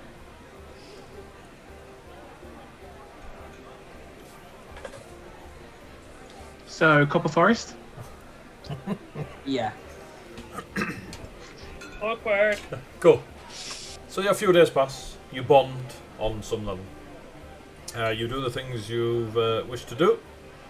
And upon the third day, as Romerick is well known to be quite punctual, it is about 2 o'clock in the afternoon. You are chilling out, having a meal. You are not sat with the Whistling Shields, as you are sharing a meal with Orion and a drink. And there is a short quietness as one of the doors, the larger doors, open to the inn, and Romerick, Lord Romerick, one of the Rabe of Ravenholm, walks in, escorted by 4 Ravenholm, City of Raven guards, with the House of the Falcon regalia all over them. Roanna, the owner of the Nest of Heroes, shushes and shoos her staff out the way to serve Lord Romerick personally, but he does not go to the bar. Instead, he comes over to your table and a seat is brought for him.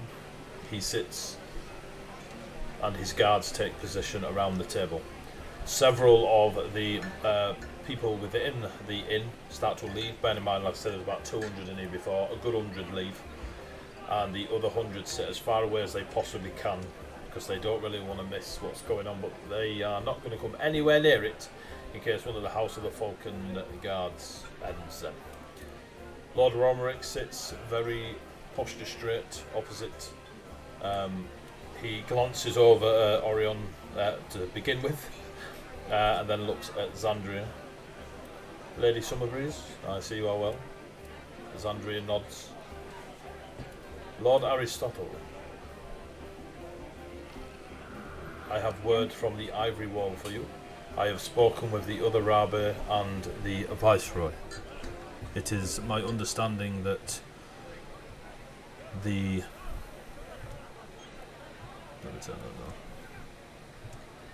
There we go. We have spoke long over this war that Ulrich and the 3 northern houses have brought to the country, and it is unfortunate that during our time at sea, Ulrich and the House of Tor and the House of Lilies have already struck. There have been border skirmishes already happening. The creatures, the hybrids of the House of the Tor, are being very, very aggressive on the borders of the House of the Forged and are pushing them back and forth, but are not pushing. It seems that when they are victorious, they do not push further. They are merely showing their strength and daring the House of the Forged to retaliate. Now, we have been at sea for 4 weeks, I believe, give or take a day, and it seems much has happened. The House of the Red Lady are very openly encouraging all 3 houses to speak of a new future for the country, one that is led by the House of the Red Lady and the Red Lady themselves. Ulrich is merely It's gravy time. leading the forces of the three houses, it seems. But the skirmishes have already begun. The civil war is in full flow. The House of Lilies have announced that they are pulling their support of arcane means from the House of the Forge, the House of the Falcons, and then looks for a brief moment deep into Ari's eyes. They are also pulling their arcane support from the wall.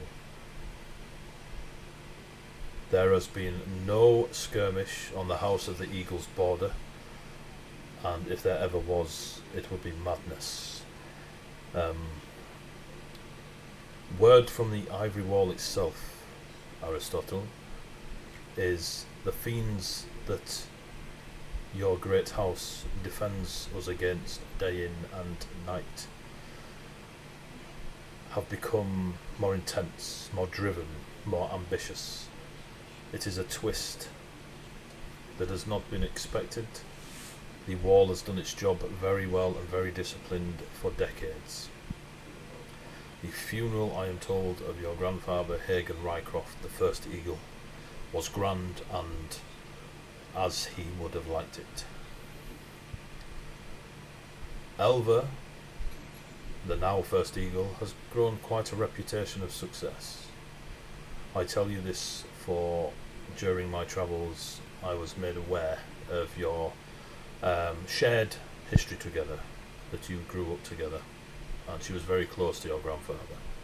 There is one particular story that made me smile, of her leading a unit into the forests near the wall to rescue some of the rangers from a ambush.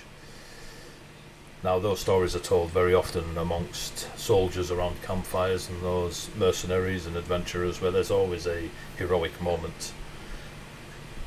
But the ambushes we speak of along the wall are not banditry. They are creatures from the abyss. And there's a look to Orion and back to you, Harry. So, the nickname the Loshen has tagged itself onto Elva. To Ari, you know Loshen to be the word extinguish or put out, that sort of flavour. She is quickly becoming known as the Loshen, she who extinguishes the hellfire.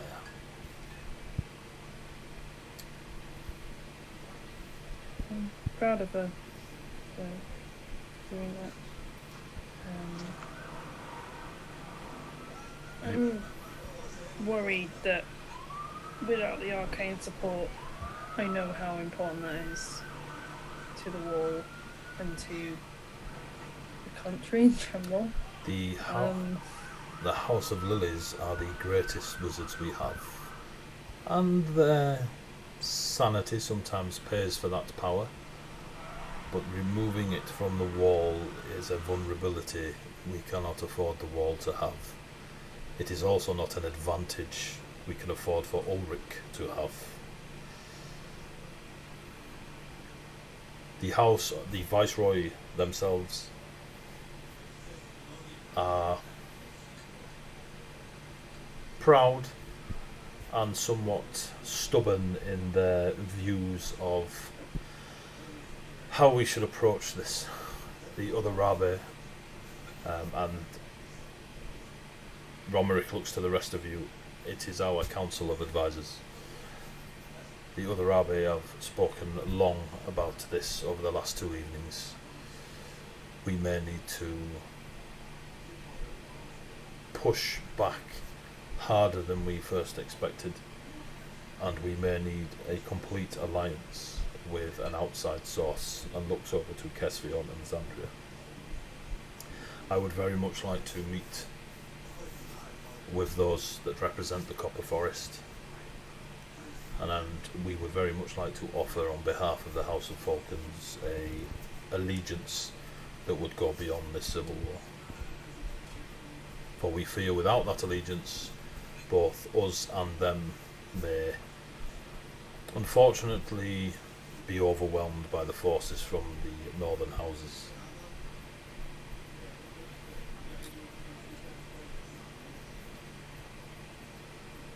And you are?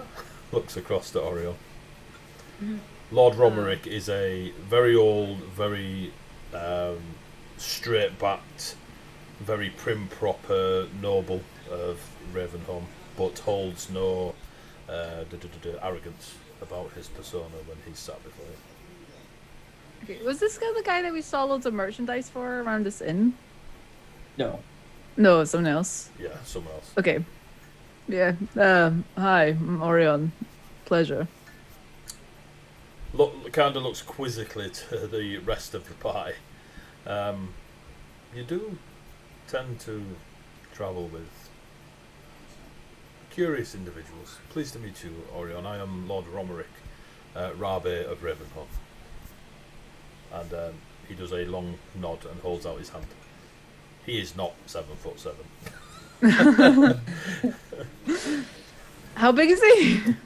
Lord Romerick is just short of 6 foot, and a slender, elderly chap.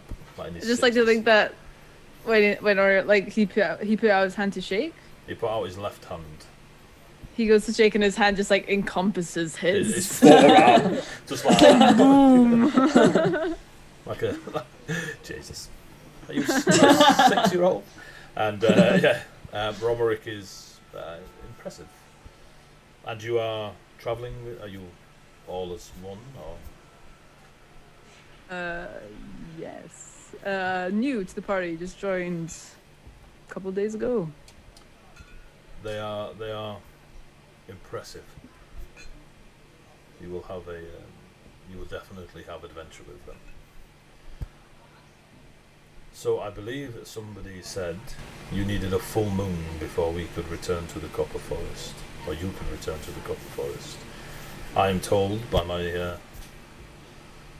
my people that there will be a full moon this evening and for the next couple of nights. Would that be too soon? True.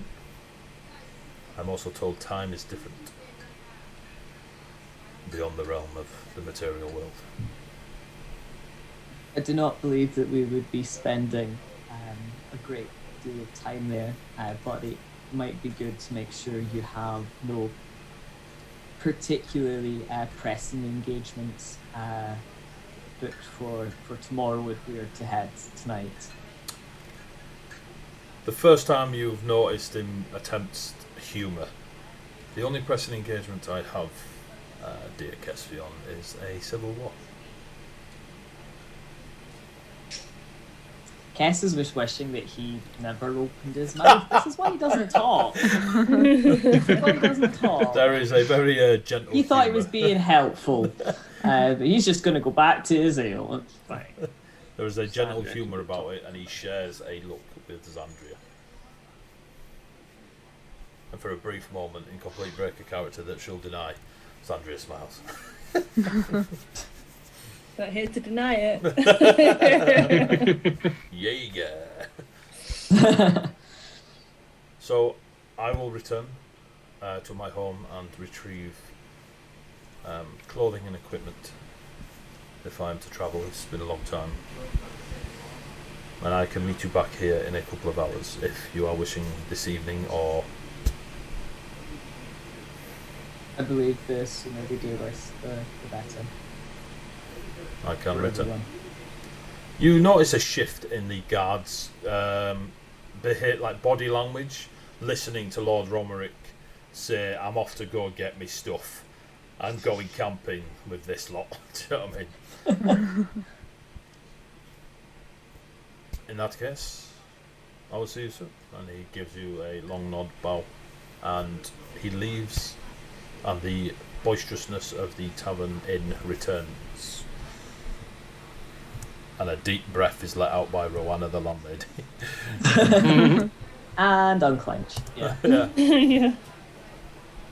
After Lord Romerick leaves, Kess is going to turn to Orion. Have you ever encountered the before on your travels? Not much. Well, there will be a first time for everything. Be careful when we enter the Copper Forest. The forests of the Fae can be different to what they sometimes appear. I imagine I've heard a little bit about the Fae, just in general. Your general, I mean, you're travelling with mercenary bards, so your general knowledge of the Fae realms is there are 5 major realms that they are everywhere, essentially. Like, there's a story of Fae in every single aspect of the world that anyone has come across story-wise. As for meeting them, there is a commonality in the ancestry and Fae-likeness of the elves, and their dynasty is a nation of elves plus other races, but their dominant race is elves. So the Fae are common. Ravenholm itself is very, very against Fae, like the humans and the Fae. There is that default superstition and dislike for the Fae, the tricksy Fae. So you pick that up on just local stories and just general conversation and body language when the word Fae is mentioned and such. But as for specifics, they don't meddle as much as the stories say, or at least not to Orion's knowledge. But you know of Fae, you know what they are, you know what they're allegedly capable of, and you know that there are 5 major realms of the Fae across the world. Right. So is like the Copper Forest like a thin veil between the Fae, or is it actually the Fae? The Copper Forest is one of the 5 realms. Okay. Would Orion know that? That's what that is? Give me a Arcana check. No. Oh, 18. 18. Ori does indeed know that the Copper Forest is one of the 5 realms, and that it is situated in the overlapping material realm of Ravenholm. Exciting. I believe. Right, so we're having to go to the Fae for what reason?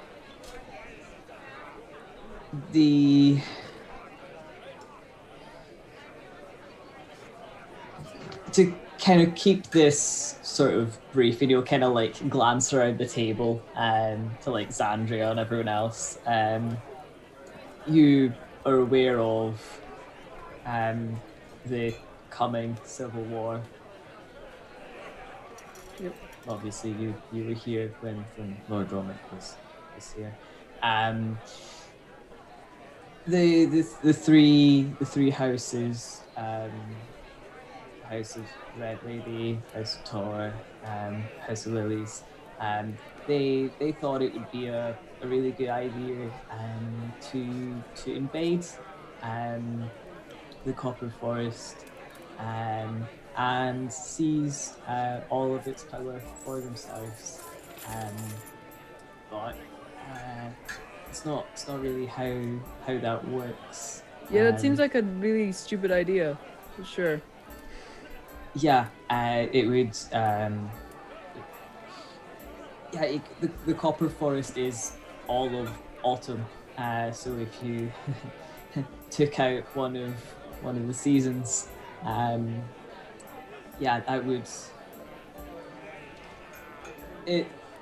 It would not be good for us all as a whole, and I don't think they would stop with our sister forests. I think we would all be shortly to go. So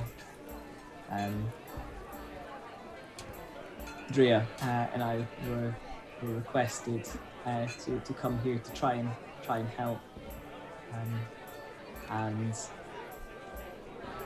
there's a lot that needs doing. if that makes any sense. Yeah, stop the folk taking the magic from the forest or destroying it. Right? I suppose that's kind of what it comes down to, yeah. If you were to really simple, yeah. Yeah. Brick sock.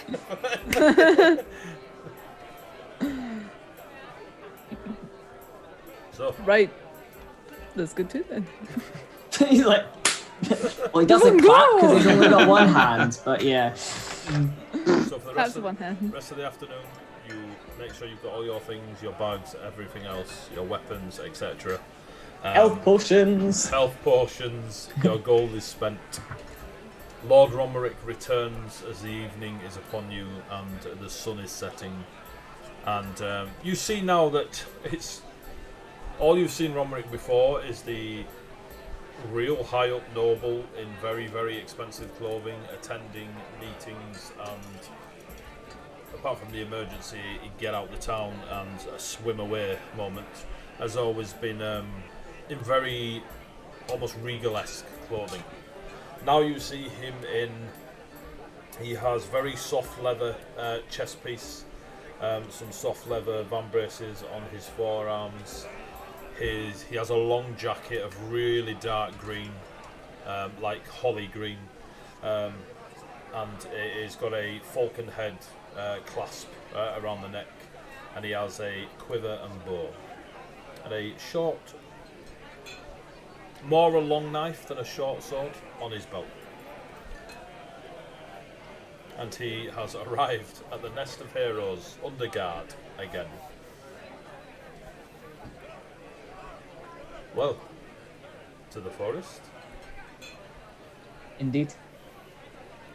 And he steps aside to allow Xandria and Kess to lead. Cool.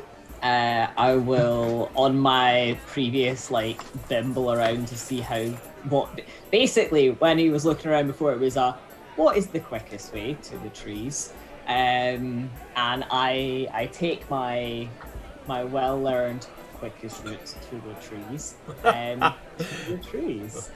Cool. So you walk through the city streets.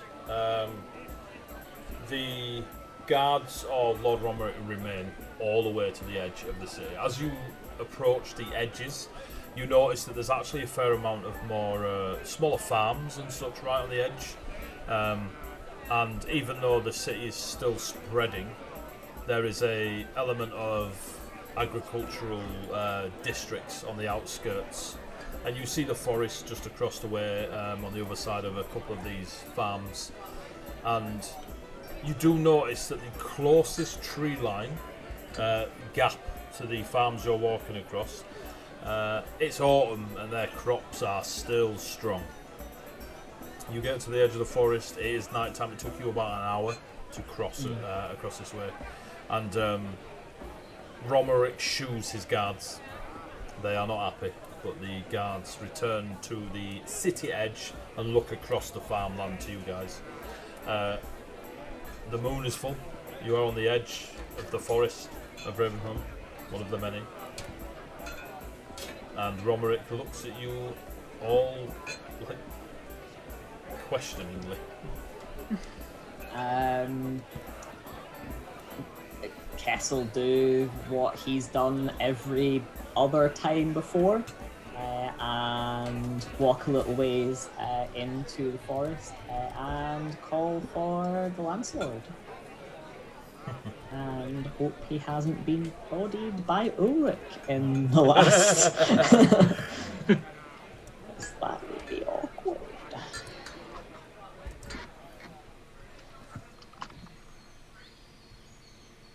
Cool. Chat will have to let me know if this gets stupid loud or if it's just right. You step past the edge. The sound of the city behind you disappears. You feel more relaxed, more akin to a land you're used to, despite it not being desert land, but yeah, just you feel right. You call out for the Lance Lord. A heartbeat or two passes. There is in your periphery, a glint of white gold and silver amongst the trees. You turn and you see walking towards you the figure of Kalain, the Lance Lord. Silver, white, gold plate armour, chainmails in the gaps near the joints, long trailing white robes, his gold and blonde hair all braided down past to sit on his shoulders, his small blonde goatee, and the enormous silver lance in his hand resting on his shoulder, and he looks as fresh as a daisy. That's good. And he walks towards you. He gets within about 5 feet of you.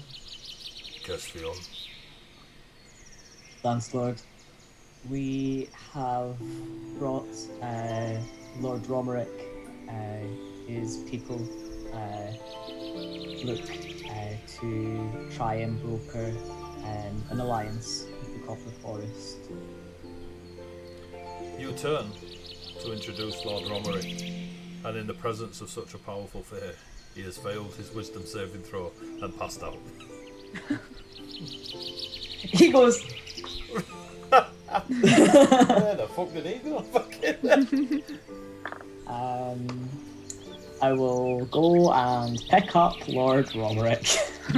Sapphire and Orion, can you also give me wisdom saving throws, as you have not been in the presence of Kalain before? Ooh, sure. Mine was 0.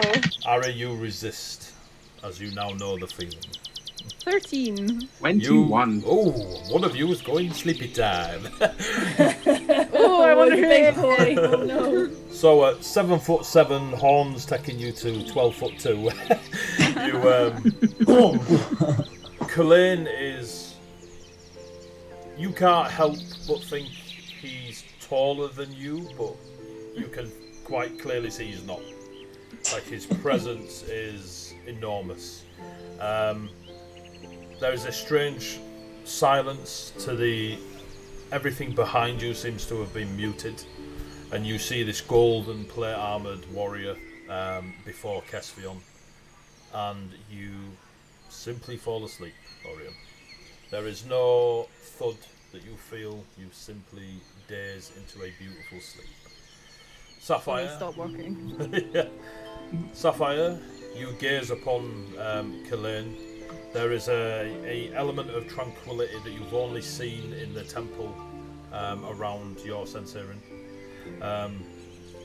His aura is one of tranquility, and you feel drowsy, but you kind of just do that, cat yawn where your tongue lolls and you do a bit of a silent roar, and sort of like, and you are you do not fall asleep, although you do feel a little bit happy, sleepy, drunk.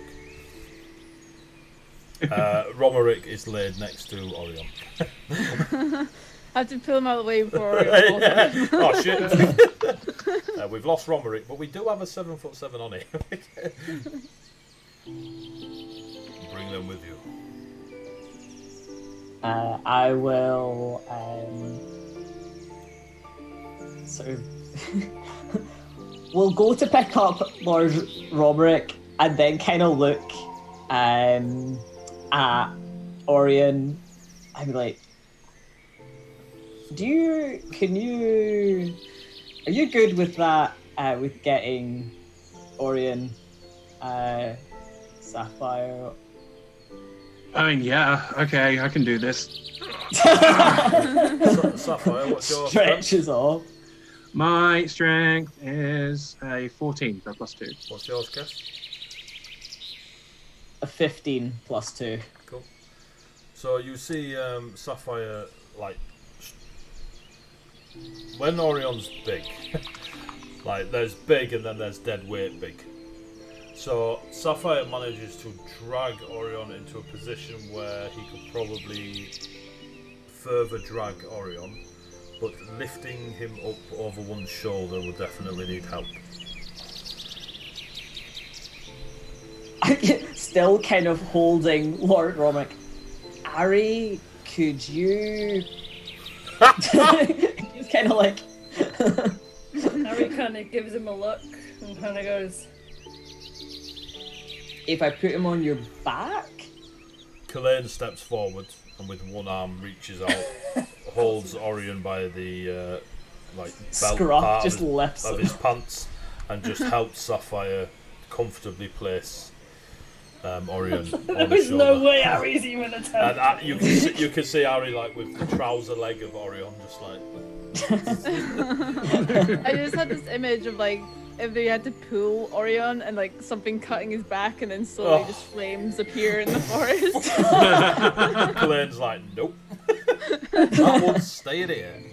That's spicy blood. So with Spicy blood. with Orion on the shoulder of Sapphire, Romric over the shoulder of Caspian, Killane turns and traces out a doorway with the tip of his lance in the air.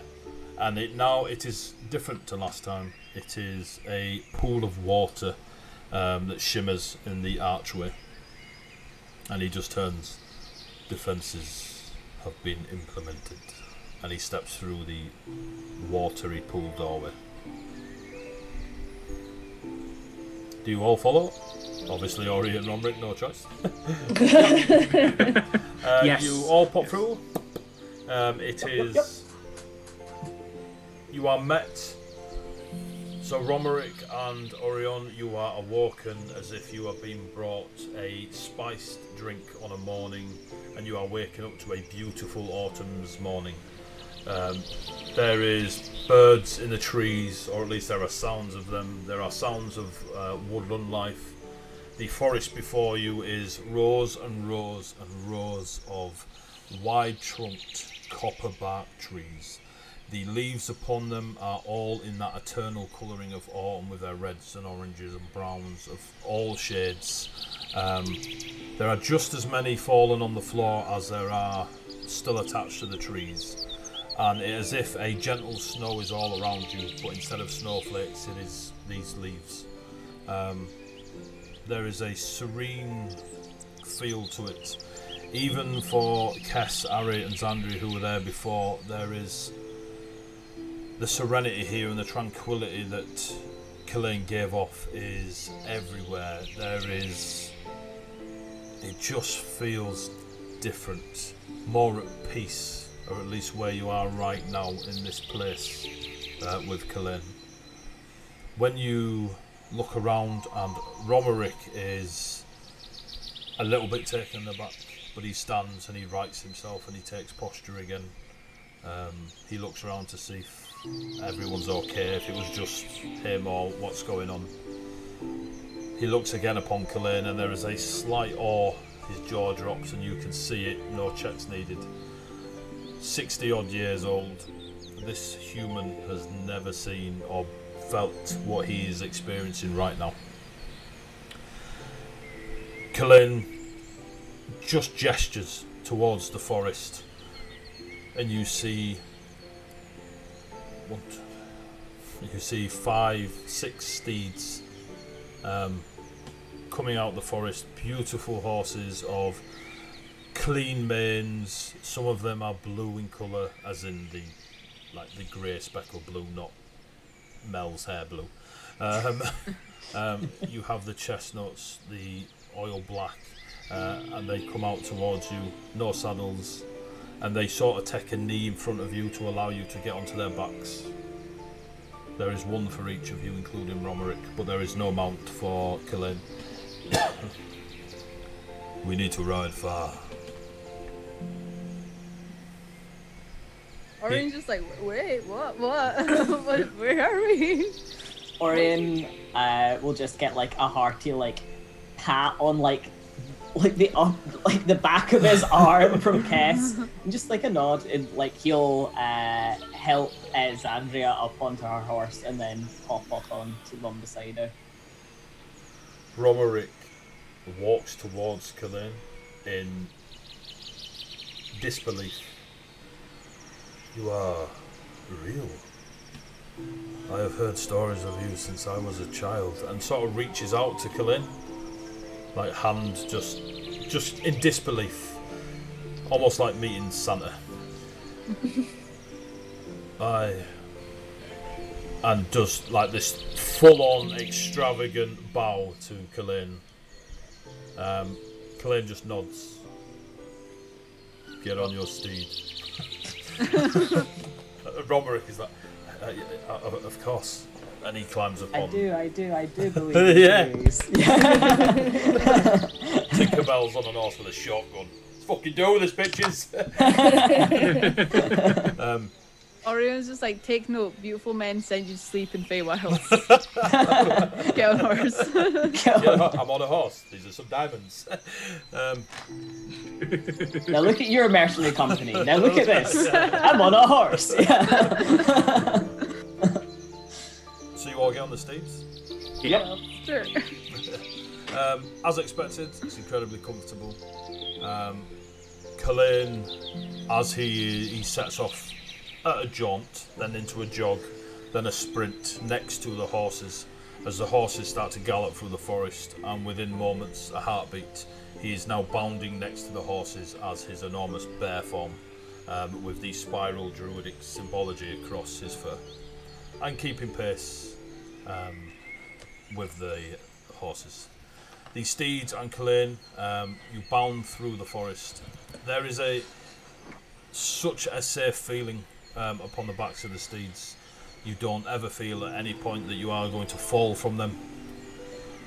The wind rushes through, the smells of autumn all around you, the music, songs of the woodland life on the ground and amongst the treetops all around you, and for a very brief moment it is the most peaceful, perfect experience you've ever felt. You are very aware that it is the effect of the forest, but you allow it to happen. For this time you stay awake and don't pass out. Kalane does not take you or lead you to the large tree that you met the Jesuit before. Instead, he takes you to a wooden log cabin that looks like the trees nearby are a bit more dense, and there's a few extra, there's less gaps. The steeds slow down, they get to about 30 feet from the log cabin that has a single door. There is smoke coming out of the chimney of this log cabin. You can see that it is made of the trees of the forest and has that copper sheen to the logs used. The horses do their bow and they lower you to the ground. It's a lot easier for Sapphire and Orion as they're the same height as the fucking horses.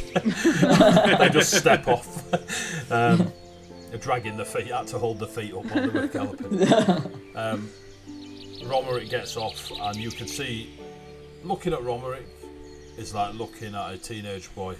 His 60 years wash away and you can see someone completely overwhelmed, taken in by what they are seeing right now. Kalane polymorphs back to his humanoid self. He places his silver lance by a small campfire outside the wooden log cabin. Outside the log cabin. This is the first time you've seen him without the lance in hand. The lance is laid down by the campfire. He walks over to the wood log cabin. You know what I mean? Opens the door, and you get spices and honey, and there are bees flying about. They come floating out of the doorway. There is a pitter-patter of rain that you can hear, but it's not raining. Do you all enter the wooden cabin? The log cabin, Jesus. Yep. Sure. That's where Kalane's pushing us. Sapphire and Orion, you duck quite low. Yep.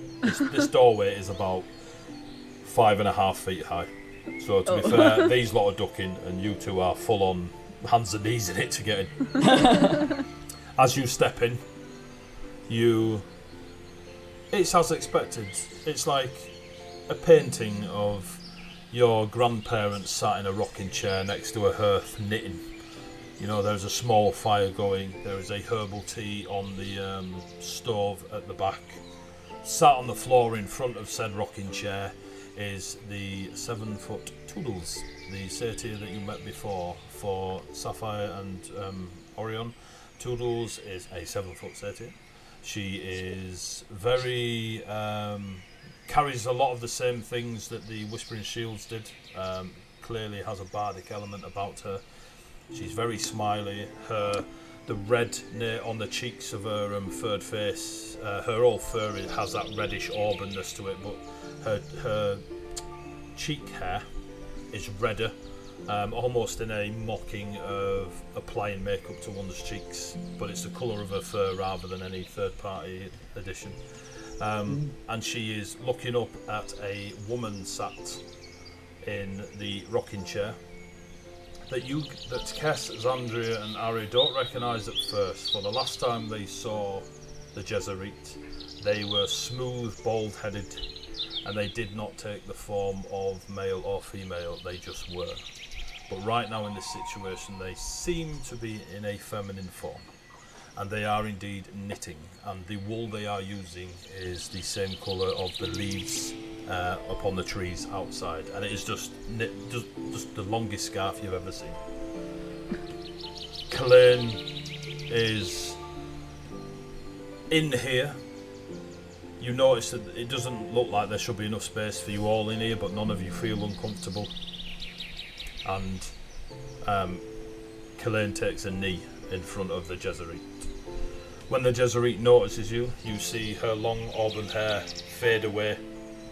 You see her bald head return, her long ears elongate, and you see them as I always pronounce this wrong, but the androgynous version of themselves you saw before. They stand up, the wool falls away, you see their robes have a copper golden sheen to them, and they are now the power you saw before in this very comfortable wood log cabin. Romerick, you turn and you see Romerick cannot help himself, but he's crying.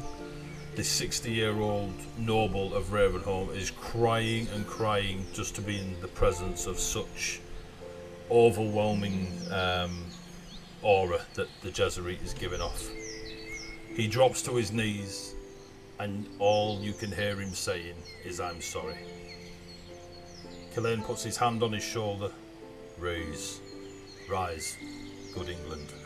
Says rise. Rise, good England. Rise, good England. Jesuit touches her shoulder with a sword. Romerick rises, stands next to Kalain, and the Jesuit says, "We'll finish the session there." I had not noticed the time. Fair. It is 11 o'clock. I am aware that the next bit is quite long, so I don't want to crack on with it now and then stop halfway.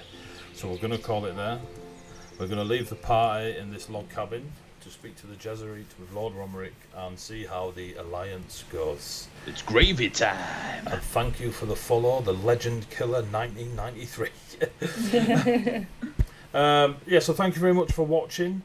It wasn't as stabby and dramatic as the last few sessions have been, but it was really cool to bring in Leo and Orion. That was really cool. Thanks for having I me. like Orion. Can't wait to see where we go with that, so thank you very much. We had quite a few new people turn up today, so hope you enjoyed yourselves and hope you come back. Please check out all the links that get popped up in the chat as they go along, for like the Discord and stuff, and some of the Twitch stuff, and earlier on you'll have seen some stuff for Leo, and go check out their Twitter because they are talented as fuck. So go check that stuff out. I'm probably going to be doing that when I shut down the stream just to see some more stuff.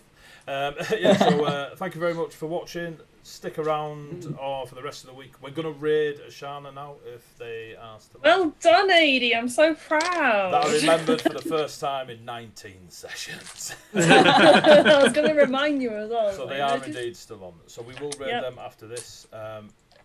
All I ask is if you did enjoy yourself, please let people know, get your friends involved. The more people that watch, the better. We like sharing stories, and telling stories together is great. So thank you very much, players. Leo, welcome to the gang. Thank you very much for jumping in. I'm really excited to see where it all goes. Right, I'm off now. So we're going to raid. So for now, say bye-bye, players. Bye-bye, Bye, players.